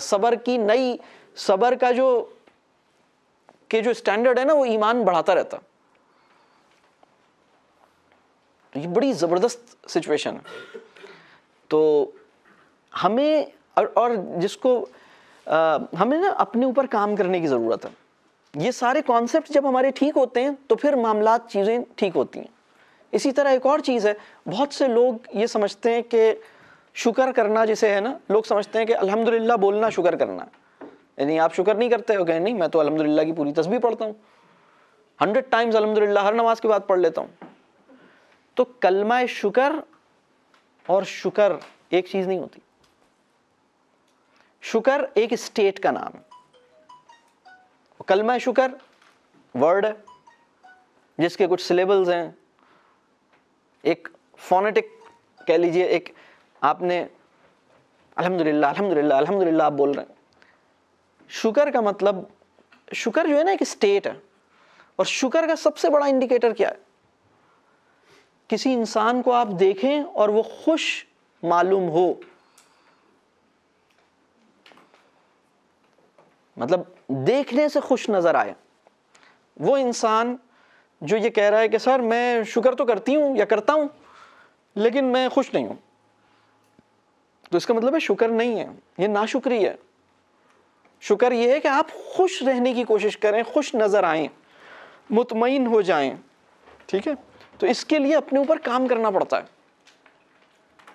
ये बात क्लियर हो रही है? और इसके लिए उस पे जो मुझे मिला है, जो मेरे साथ अच्छा हुआ है, उसको ज़्यादा फील करूं, जो मुझे नहीं मिला, जो मेरे साथ अच्छा नहीं हुआ, उसको कम फील करूं। मेरी लाइफ में बहुत सारे लोग, हज़ारों लोगों की मैंने चूंकि काउंसलिंग की है, मर्दों की भी, औरतों की भी, बच्चों, यानी बहुत छोटे बच्चों के साथ तो मैं काउंसलिंग नहीं करता, लेकिन 14, 15, 16 साल और मुख्तलिफ एज के लोगों की। तो बाज़ औक़ात क्या होता है कि लाइफ में ना कोई बहुत तकलीफ़देह बात हुई होती है, बहुत तकलीफ़देह, वो अपनी लाइफ बताते हैं, सर मेरे साथ ये हुआ, ये हुआ, ये हुआ। तो फिर मैं उनसे पूछता हूँ कि तुम्हारी ज़िंदगी अब क्या एज है तुम्हारी? उन्होंने कहा सर 27 ईयर्स। फिर मैं उनसे पूछता हूँ ये जो कुछ भी हुआ हिसाब लगाओ कि कितने दिन हुआ या कितने आवर्स हुआ, सबको कैलकुलेट करो। वो कैलकुलेट करते हैं तो पता लगता है, वो कैलकुलेट एक, मैंने कहा खुल के ज़्यादा लगा लो, और फिर उस कैलकुलेट करके उसको दिनों में ट्रांसलेट करते हैं, फिर उसको हम ईयर्स में ट्रांसलेट करते हैं, तो पता लगता है 27 साल की पूरी ज़िंदगी में शायद 1 साल गलत हुआ है। ये बहुत है ये भी कि कुछ सारे आवर्स, और बाकी 26 साल तो तुम्हारे साथ गलत नहीं हुआ ना। 4 लोग, फिर मैंने कहा वो उससे अच्छा कितने लोगों ने तुम्हारे साथ गलत किया, तो वो बताता है फलाने फलाने फलाने फलाने। अच्छा टोटल कितने हैं, सबको गिनो, सबकी लिस्ट बनाओ। अच्छा 10 बंदे हैं, बहुत लगा लिए तो 10 हैं। अच्छा वैसे बचपन से लेके अब तक तुम्हारी मुलाकात कितने लोगों से हुई है, रफ आइडिया। फिर उसको कैलकुलेट कराते हैं तो पता लगता है मुलाकात तो अब तक हजारों लोगों से हुई है, इसमें 10 बंदे ही ऐसे थे ना, बाकी सब तो ठीक थे अल्हम्दुलिल्लाह। जो मिल गया, जो अच्छा हुआ, उसको फील करेंगे, चीजें सेट हो जाएंगी। जो नहीं मिला, जो बुरा हुआ, उसको जहन में रखेंगे तो सब गड़बड़ हो जाएगा। उसके नतीजे में हम शुक्र नहीं कर सकेंगे। बात क्लियर हो रही है? क्या ख्याल? शुक्र करने की एक और काबिलियत, इसके लिए भी मैं एक प्रैक्टिकल एक्टिविटी और देता हूँ। ये सब हमारे जहन की इस्लाह के लिए कर रहे हैं अभी हम ना। आप में से किस किस के मिलने वालों में कोई ऐसा बंदा है, दोस्तों में, रिश्तेदारों में, कोई भी आपके जानने वालों में ऐसा बंदा जो फाइनेंशियली, जो आपका लेवल है, जो भी आपका लेवल है फाइनेंशियली, उससे 4 टाइम्स कम हो? यानी अगर आप 1 लाख रुपए कमाते हैं तो 25,000 रुपये कमाता है। अगर आप 1000 स्क्वायर यार्ड्स के घर, अगर 2 केनाल में आपका घर है तो उसका आधे केनाल में घर है, या जो भी, मुझे अगर आपका 10 मरले का घर है तो उसका 2-3 मरले का घर है। 4 टाइम्स कम फाइनेंशियल पोजीशन वाला कितने लोग हैं जिनको आप जानते हैं? जानते हैं? अल्हम्दुलिल्लाह, अल्लाह का शुक्र अदा करें। अच्छा, जो लोग नहीं जानते उनको कोशिश करनी चाहिए, अगर आप, जो मैंने सवाल किया ना, अगर ऐसा कोई बंदा आपके मिलने वालों में नहीं है तो आप बड़ी ख़तरनाक लाइफस्टाइल में, बहुत ख़तरनाक लाइफ गुजार रहे हैं।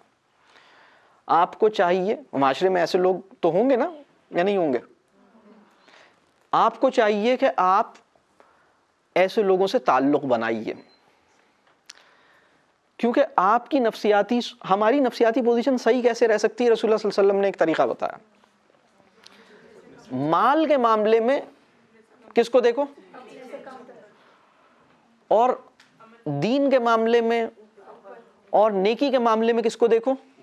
अपने से। हम उल्टा करते हैं, हम माल के मामले में उसको देखते रहते हैं जिसके पास BMW है, और नेकी के मामले में उसको देखते रहते हैं जो उसने अभी तक हज नहीं किया। मतलब आप पूरी लिस्ट बनाई हुई है हर एक ने कि उसके जानने वालों में 11 लोग ऐसे हैं जिनको हज कर लेना चाहिए था और उसने नहीं किया। मतलब जब भी कोई इंसान हज करके आता है तो मैं कहता हूँ, अगर तुम्हारे दिमाग में ऐसी फहरिस्त बनने लगे तो तुम ये समझ लो कि तुम्हारा हज ज़ाया होना शुरू हो गया, क्योंकि तुम्हें फ़ौरन याद आएगा उन्होंने भी नहीं किया, उन्होंने भी नहीं किया, मैंने तो कर लिया। और फिर जब आप उम्रा करके आएंगे तो फिर और आएगा, मैंने तो उम्रा भी कर लिया, हज भी कर लिया, उसने तो ये भी नहीं किया, उसने। बात समझ आ रही है? ये बहुत मसला है हमारे साथ, या नहीं है? आपकी ज़रूरत ये, आपका सबसे बड़ा मोहसिन ये। अच्छा, एक और बात मैं बताऊं, अगर कोई एक ही बंदा ऐसा मिल जाए ना, एक में ही दोनों क्वालिटीज़ हो, आपसे फाइनेंशियली 1/4 या उससे भी कम है, आपकी लाख रुपए इनकम है, उसकी 20-25 हज़ार रुपए इनकम है, और नेकी में ऊपर है, इत्मीनान से नमाज पढ़ता है, मामलात बिल्कुल खरे हैं, 30 साल की उम्र में अपनी वसीयत लिख चुका है, ठीक है, एक दिन भी अपने मामलात आगे पीछे नहीं करता, बिल्कुल क्लियर, साफ सुथरा, सीधा सादा सा आदमी है, और फाइनेंशियली बहुत नीचे और मामलात में बहुत ऊपर है, नेकी में बहुत ऊपर है। इससे बड़ा मोहसिन इस पूरी कायनात में आपका नहीं हो सकता, पूरी कायनात में इससे बड़ा मोहसिन आपका नहीं हो सकता, ये मैं आपको बता दूं।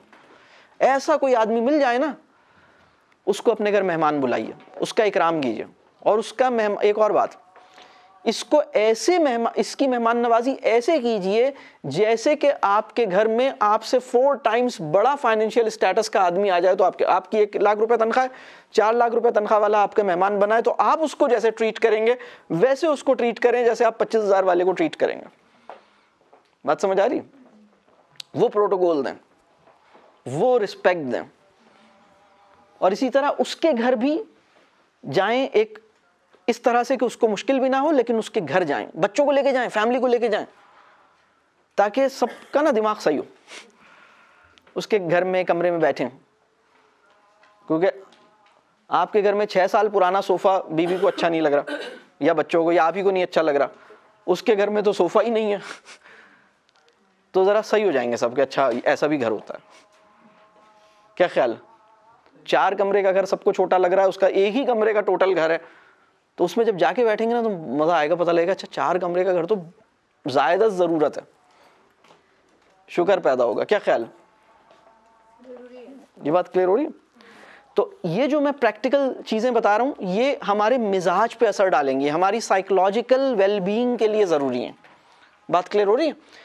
ढूंढ के ऐसे आदमी की लिस्ट बनाइएगा जो जिसमें ये 2 चीज़ें हों, माल में कम नेकी में आगे, और दोनों चीज़ें एक में जमा हो जाएं तो बहुत ही बढ़िया बात है। ये तो कमाल का आदमी है, इससे तो ताल्लुक़ बनाना है, इससे ज़बरदस्त काम हो जाएगा इंशाअल्लाह। तो ये सब्र और बर्दाश्त का फ़र्क समझ आया? ये सब कंसेप्चुअल चीज़ें थी जो हमारे जहन में चीज़ें इंशाअल्लाह ठीक होनी चाहिए। अब मैं तीसरे पॉइंट की तरफ जाता हूँ। मैंने ये कहा था कि मैं टोटल 6 पॉइंट्स शेयर करूँगा, 2 पॉइंट्स हो गए। तीसरा पॉइंट ये है कि आप अपनी फैमिली से और अपने बहुत ट्रस्टेड या ट्रस्टवर्दी फ्रेंड्स से अपने टेम्परामेंट के बारे में फ़ीडबैक लें। ये काम ऑलरेडी आपने स्टार्ट कर दिया, आपने मैसेज किया था उनको। दूसरा मैसेज ये कीजिएगा, उनसे ये कहिएगा कि please give me some suggestions for my improvement, for the improvement या for the improvement of my temper. ठीक है, उससे आप कहिए कि भाई प्लीज मुझे मेरे टेम्परामेंट और इन चीज़ों पर बेहतर करने के लिए तुम्हारे ख्याल में व्हाट शुड आई डू। हाँ, जो भी मतलब उससे ये आप 3-4 ऐसे समझदार लोग जो आपके करीबी और बाएतमाद लोग हैं उनसे पूछें, उनके जहन में ना कोई मशवरा मौजूद है, वो डरते हैं बताते हुए, और आप एक दफ़ा पूछेंगे तो भी डरेंगे, वो कहेंगे यार नहीं कुछ नहीं है ऐसा, फिर आप कहेंगे नहीं मैं डरूँ नहीं, मैं पक्का वादा कुछ नहीं कहूँगा। आप ज़रा उनकी हौसला अफजाई करें, फिर वो मतलब बताएंगे, आसानी से नहीं पता लगेगा। वो ये समझेंगे ये फिर आज कोई नई मुसीबत आ रही है ये आज इस तरह से शुरू होने वाला है ये तो आपको कहना होगा कि भाई मैं वादा कर रहा हूँ मैं तब्दील हो जाऊँगा, तुम मेरा साथ दो, या हो जाऊँगा, हाँ हो जाऊँगी, जो भी मतलब ठीक है। ये इस तरह से आप, और जाहिर सी बात है आप पीछे दुआ कर चुके हैं, ये चीज़ें सोच चुके हैं। अच्छा, ये अपने टेम्परामेंट के ऊपर ना 12 साल से छोटी उम्र के बच्चों से ना क्रिटिकल फीडबैक अपने बारे में नहीं लें, डायरेक्ट फीडबैक नहीं लें। उसके लिए अलग तरह की हिकमत चाहिए कि अगर 6 साल के बच्चे से अपने मिजाज के बारे में कोई फीडबैक लिया जाए तो क्या तरीक़ा हो, वो मैं अभी डिस्कस नहीं कर सकता। लेकिन मैं ये नहीं चाहता कि औलादें अपने वालिदैन के लिए क्रिटिकल हों, वो ये कहें अम्मी आप तो ऐसी हैं, ये तरीक़ा ही नहीं है। उनको अपना रोल देखना है। उनका काम यह है कि आपको खुश रखें, उनका काम यह है कि आपको फॉलो करें, उनका काम यह है कि वो आपको जैसी भी आप हैं आपको एक्सेप्ट करें, आपको आपके साथ रहें। लेकिन आपका काम यह है कि आप उनके इख्तियार को अपने हाथ में ना लें। उनकी खूबी यह है कि वो अपने इख्तियार को आपके हाथ में रख दें। आपकी जिम्मेदारी यह है कि उनके इख्तियार को अपने हाथ में ना लें। ये काम नहीं हो रहा, दोनों उल्टा चल रहा है। बात समझ आ रही है? ये जो मैं बात कह रहा हूँ ना इंशाल्लाह ये मुमकिन है। आप ये नहीं समझिएगा कि जो मैं बातें कर रहा हूँ शायद ये बहुत ही थ्योरेटिकल हैं। ये सारी चीज़ें इंशाल्लाह ताला मुमकिन है। इनमें से कोई एक चीज़, मतलब ये सारी चीज़ें इंसानों ने की हैं, अल्हम्दुलिल्लाह हमारे दौर में भी लोग कर रहे हैं। मतलब जब इस पे इंशाल्लाह आप भी कोशिश करेंगे, इंशाल्लाह ये सारी चीज़ें करेंगे इंशाल्लाह। मैं आपके लिए दुआ भी करूँगा इंशाल्लाह, आप भी अपने लिए दुआ कीजिएगा, अल्लाह आपके लिए आसान करेगा इंशाल्लाह। तो ये मेरा तीसरा पॉइंट था, फीडबैक फ्रॉम, जिसमें आपने ऑलरेडी एक क्वेश्चन, जो क्वेश्चन नंबर 5 किया था ना, बताओ मेरे टेम्परामेंट को कैसे रेट करते हो, उन्हीं से अब अगला सवाल कीजिएगा। तुम बताओ तुम्हारे ख्याल में मैं अपने टेम्परामेंट को कैसे बेहतर कर सकूं। कोई इस तरह की बात 1-2 सवाल करें, देखें क्या बताते। चौथा पॉइंट ये है कि अपने ऊपर नज़र रखें। अपने ऊपर नज़र रखने के लिए मैं एक एक्सरसाइज बताऊंगा। ठीक है। और उस एक्सरसाइज के लिए एक अलग पेज पे आप एक चीज़ बना लें, इंशाल्लाह। देखें हमारे पास कितना टाइम है, अल्लाह आसान करे। ये एक्सरसाइज बड़ी कमाल की है।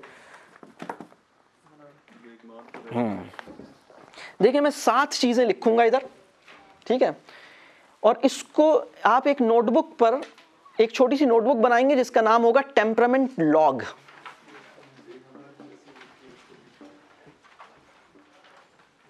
टेम्परामेंट लॉग, ठीक है।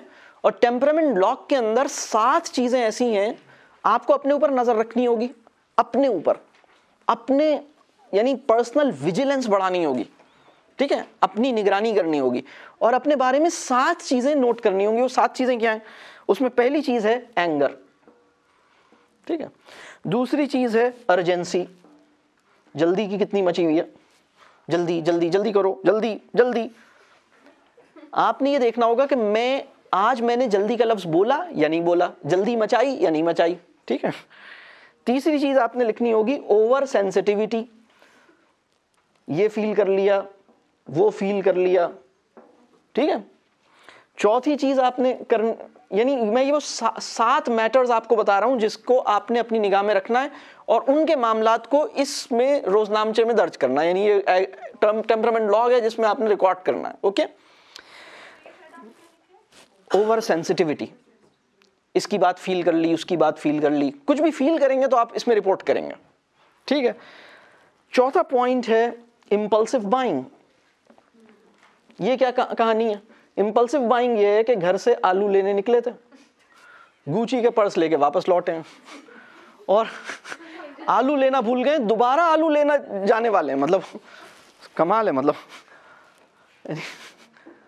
भाई हाँ, मतलब आप जो इंपल्सिव बाइंग का मतलब ये है कि बस यहाँ पसंद आया वहां खरीद लिया, वहां पसंद आया वहां खरीद लिया, बैठे बैठा ये फैसला कर लिया, मतलब अरे यार बस करो, ठीक है। इंपल्सिव बाइंग, एक भी ऐसा इंसिडेंट, चाहे दराज पे सेल लग जाए, कोई काला जुम्मा आ जाए, आपने जो है ना करना ही नहीं है। आपने कहना मैं ढीठ हूं, तुम 100% फ्री भी कर दो तो भी मैं, मतलब impulsive buying is impulsive. If you do not need it you should not buy it, ठीक है। चौथा पॉइंट है टॉकिंग बैक, सॉरी 5वां पॉइंट है टॉकिंग बैक, वापस जवाब देना किसी भी सिचुएशन। अच्छा, वापस जवाब देने का मामला होता है अपने से बड़ों में, यानी जो आपकी फैमिली है इसमें अगर बड़ा भाई है, बड़ी बहन है, वालिद वालदा हैं, शौहर है, इनको कोई बात हो रही है, मुमकिन है वो गलत बात कर रहा हूं, मुमकिन है बिल्कुल गलत बात कर रहा हूं, आप उस सिचुएशन में जवाब नहीं दें, आप कहें ठीक है बाद में देखेंगे। 6th पॉइंट है ओवर स्पीकिंग। ये सबसे मुश्किल है, इसको नोट करना। ओवर स्पीकिंग ये है जिसको हम, एक तो बसियार खोरी होती है ना, एक बसियार गोई होती है, ज्यादा बोलना, कसरतुल कलामी। क्या ओवर स्पीकिंग ये नहीं है कि अगले की बात अभी खत्म नहीं हुई और आप अपनी बात उसकी सुन नहीं रहे और फौरन अपनी बात रखना चाहते हैं? हाँ, ओवर स्पीकिंग के अंदर ये भी प्रॉब्लम पैदा होगा कि दूसरे को टॉकिंग स्पेस नहीं मिलेगी, और ओवर स्पीकिंग में दूसरा प्रॉब्लम ये पैदा होगा कि जो बात 30 वर्ड्स में कही जा सकती थी वो 230 वर्ड्स में कह रहे हैं।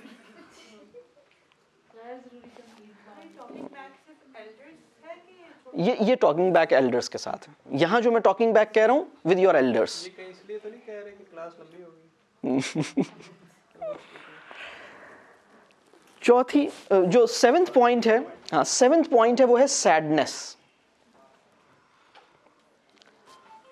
अगर कभी फेज ऑफ सैडनेस आए तो आप इसमें रिपोर्ट करें, ठीक है। और एक बहुत सिंपल सी टिप मैं ये देता हूं कि अगर आपको गुस्सा आ रहा है और कोई सिचुएशन ऐसी है जिसको हैंडल करना है तो आप उस वक्त फ़ौरन आप पानी पीने चले जाएं। आप 1 गिलास फुल पानी पिएं, ये तो रसूलुल्लाह सल्लल्लाहु अलैहि वसल्लम ने भी आपको बताया था। और फिर आप सोचें कि मैं बाद में आऊँगा, ज़रा बाहर निकल जाएं, ब्रेक दें, फ़ौरन उसको अटेंड नहीं करें। हर सिचुएशन को फ़ौरन रिस्पॉन्ड करना ज़रूरी नहीं है। आप टाइम ले लें, आप कहें ओके मैं बाद में बताऊंगा, हम इस पर बाद में बात करेंगे, अच्छा मैं इस पर बाद में बात करूंगा, ये कह के निकल जाएं, पानी पीने चले जाएं, वॉक करें, इधर उधर निकलें, बाद में फिर आएँ। 5वां पॉइंट ये है कि आप अपने लाइफ स्टाइल और अपने रूटीन को नेचर से करीब लाएं। नेचर से करीब लाने का पहला मतलब ये है कि आपकी फूड जो है, अननेचुरल जो डाइट है ना, processed food, factory made food, वो ख़त्म करें। डाइट भी फल वल सब्ज़ी वब्ज़ी ये चीज़ें हों, और रूटीन में भी ज़रा सा ताज़ी आबो हवा, ज़रा सा वॉक, फिज़िकल एक्टिविटी, कुछ ये चीज़ें करें। यानी अगर आप वॉक नहीं करते, फिज़िकल एक्टिविटी नहीं करते, ताज़ी हवा में नहीं जाते और फल सब्ज़ी नहीं खाते और डब्बे के जूसेस और डब्बे के बिस्किट्स के ऊपर और बेकरी के आइटम्स के ऊपर गुजारा करते हैं, तो आप अपने साथ बड़ी ज़्यादती करते हैं। तो आपको ऐसे दिन गुजारना चाहिए कि आपकी टाइम मैनेजमेंट ऐसी होनी चाहिए कि आपके दिन में फ्री टाइम अवेलेबल रहे। फ्री टाइम, आपके रोज़ाना की टाइम मैनेजमेंट में कुछ स्लॉट फ्री टाइम हो। इसी तरह आपकी सक्सेसफुल टाइम मैनेजमेंट ये है कि जब डे एंड हो तो आपकी एनर्जी एंड ना हो। लेकिन अगर आप नेचर से दूर हैं, आपकी रूटीन में अगर आपका डे एंड हो रहा है और आपकी एनर्जी ख़त्म हो जाती है डे एंड होने से पहले, इसका मतलब है कि आपकी टाइम मैनेजमेंट को ठीक होने की ज़रूरत है। डे एंड हो और आपके रूटीन को ठीक होने की ज़रूरत है, इसमें कुछ सही होने की ज़रूरत है। आप अपने रूटीन को सही करें। और लास्ट पॉइंट ये है कि कोई ऐसा बंदा जिसका मिजाज अच्छा है, आपको पता है कि ये किसी भी सिचुएशन में जहाँ कोई भी आम आदमी जो है रिएक्ट करता है, गुस्सा करता है, ये मुस्कुरा जाता है, ऐसे बंदे को इससे ताल्लुक़ बनाएं जिसका इखलाक अच्छा है, जिसके मिजाज अच्छे हैं, जिसका सेंस ऑफ ह्यूमर अच्छा है। ऐसा सेंस ऑफ ह्यूमर जिससे लोग हर्ट ना हो, सार्केस्टिक नहीं है, ठीक है, टॉन्ट नहीं करता, अच्छे अंदाज से बात करता है। कोई ऐसा आपके मिलने वालों में कोई ऐसा बंदा है जिसका सेंस ऑफ ह्यूमर बहुत अच्छा है और उसका ह्यूमर किसी को हिट नहीं करता, हर्ट नहीं करता? ऐसा है, हर्ट नहीं करता, वो बच्चे बड़े कोई हर्ट नहीं होता, लेकिन सेंस ऑफ ह्यूमर अच्छा है। क्योंकि दूसरे टाइप के तो बहुत लोग हैं जो सेंस ऑफ ह्यूमर अच्छा है लेकिन लोग हर्ट होते हैं, वो वाले बंदे बहुत हो गए। मैं उस बंदे की बात कर रहा हूँ जिसके सेंस ऑफ ह्यूमर से कोई परेशान नहीं होता, इंजॉयबल भी है, रिस्पेक्टफुल भी है, सिक्योर भी है, कंफर्टेबल है, वो सारी चीज़ें मेंटेन हो रही हैं और सेंस ऑफ ह्यूमर अच्छा है। ऐसा कोई बंदा अगर आपके मिलने वालों में है तो उससे ज़रा मेल जोल बढ़ाएं, उसको ऑब्ज़र्व करें, ठीक है। तो इंशाअल्लाह ताला ये कुल 6 मोटी मोटी सजेशंस हैं जो मैंने दी। कुछ सजेशंस ऐसी थी जिसकी हम डिटेल में गए, और जो काम अभी आपने किया है इसको आप, जो मैंने शुरू में एक्टिविटी दी थी, इसको बाद में आप इत्मीनान से बैठ के कीजिएगा। जो नोट्स हैं, मेरी ये रिक्वेस्ट होगी कि आप 1 घंटा अपने साथ पहले स्पेंड करेंगे शेयरिंग से पहले। 1 घंटा ये सारे नोट्स वगैरह निकाल के इत्मीनान से सारे अपने सामने रखिएगा, इन चीज़ों को निकाल के देखिएगा, इन पे सोचिएगा, और फिर जो एक्टिविटीज़ दे रहा हूँ, जैसे मैंने ये वाला आपको काम दिया, इस पे सोचिएगा, आखिरी दफ़ा ये कब किया, इस पे सोचिएगा। अभी मेरे पास इतना टाइम नहीं था कि मैं इसकी और डिटेल देता, लेकिन अगर कभी ये सिचुएशन हो तो आप इसकी डिटेल्स लिखें, ठीक है। क्यों गुस्सा आया, सही आया, गलत आया, क्या किया, क्या करना चाहिए था, क्या हुआ, मुझे क्या करना चाहिए, इससे क्या फ़ायदा हुआ, जो मैंने जो किया उससे कोई फ़ायदा हुआ नहीं हुआ। ये जो मैंने बात की ना कि आप देखें कि नोटिस करने का कॉस्ट क्या है और रिवॉर्ड क्या है, और इग्नोर करने की कॉस्ट क्या है और रिवॉर्ड क्या है। बात क्लियर हो रही है? कभी कभी इग्नोर करने का रिवॉर्ड ज़्यादा होता है, कॉस्ट कम होती है, और नोटिस करने की कॉस्ट ज़्यादा होती है और रिवॉर्ड कुछ नहीं होता। तो ये हिकमत अल्लाह से मांगनी चाहिए। ये जो मैंने कुछ टूल्स दिए ना, और अगर आपने अल्लाह करे कि इसकी नोट टेकिंग की हो, क्योंकि बहुत सारा मौजू, बहुत ठीक ठाक काफ़ी सारी बातें आई हैं, आपको लग रहा है बहुत सारी बातें हुई हैं, आपको 1 घंटा कम से कम अपने साथ लगाइएगा, इन पे सोचिएगा। अल्लाह आपके लिए आसानी करे, अल्लाह मुझे भी और आपको भी ऐसा मिजाज अता करे जिससे हमारी जवाबदेही आसान हो जाए, हमारी पकड़ ना हो और हम अपने मिजाज की वजह से ना पकड़े जाएं। अल्लाह हमारे साथ खैर का मामला करे और ऐसा मिजाज हमें अता करे जिससे हम अपनी औलाद की तरबियत कर सकें, अपने बच्चों की तरबियत कर सकें। और अगर हमारे मिजाज में कोई प्रॉब्लम है तो हम अपना तज़किया करने के काबिल हों, हम अपने मिजाज को ठीक कर सकें, मैं भी और आप भी, ठीक। ठीक है, तो इसकी दुआ भी करते हैं। और अल्लाह ताला मेरे और आपके, हम सब के बच्चों को और तलबा को हमारे लिए सदका जारिया बनाए, और हमें अपने वालिदैन, अपने असातिज़ा और अपने बुज़ुर्गों के लिए सदका जारिया बना दे, ये दुआ भी कीजिएगा। तो 1 घंटा कम से कम प्लीज़ आप इस नोट्स के साथ इत्मीनान से, आज अगर मौका नहीं है, नेक्स्ट 24 आवर्स के अंदर अंदर अगर आप 1 आवर स्पेंड कर लें इसके ऊपर तो ये बहुत अच्छा होगा। तो प्लीज़ कोशिश कीजिएगा कि 1 आवर इकट्ठे अनइंटरप्टेड निकालें, विद इन नेक्स्ट अगले 1-1.5 दिन के अंदर निकालें इत्मीनान से बैठ के। जब आप ये 1 घंटा अपने साथ लगा लें और फिर उसके बाद जो 1-2 मैंने काम कहे वो भी कर लें, फिर आप 3 लोगों से शेयरिंग कीजिएगा इसकी। और जब आप ये 1 घंटा अपने साथ लगा लें और 3 लोगों से शेयरिंग कर लें, तब आप ये अस्यूम कीजिएगा कि ये अब वर्कशॉप कंप्लीट हुई है, अदरवाइज़ ये इनकम्प्लीट रहेगी। ठीक है, तो अल्लाह आपकी मदद करे, और आपसे दुआओं की दरख्वास्त है। जहाँ पे भी इस वतन में अच्छा काम हो रहा है, बहुत सारे अच्छे लोग अच्छा काम बहुत सी जगहों पे कर रहे हैं, उनको अपनी दुआओं में याद रखिए।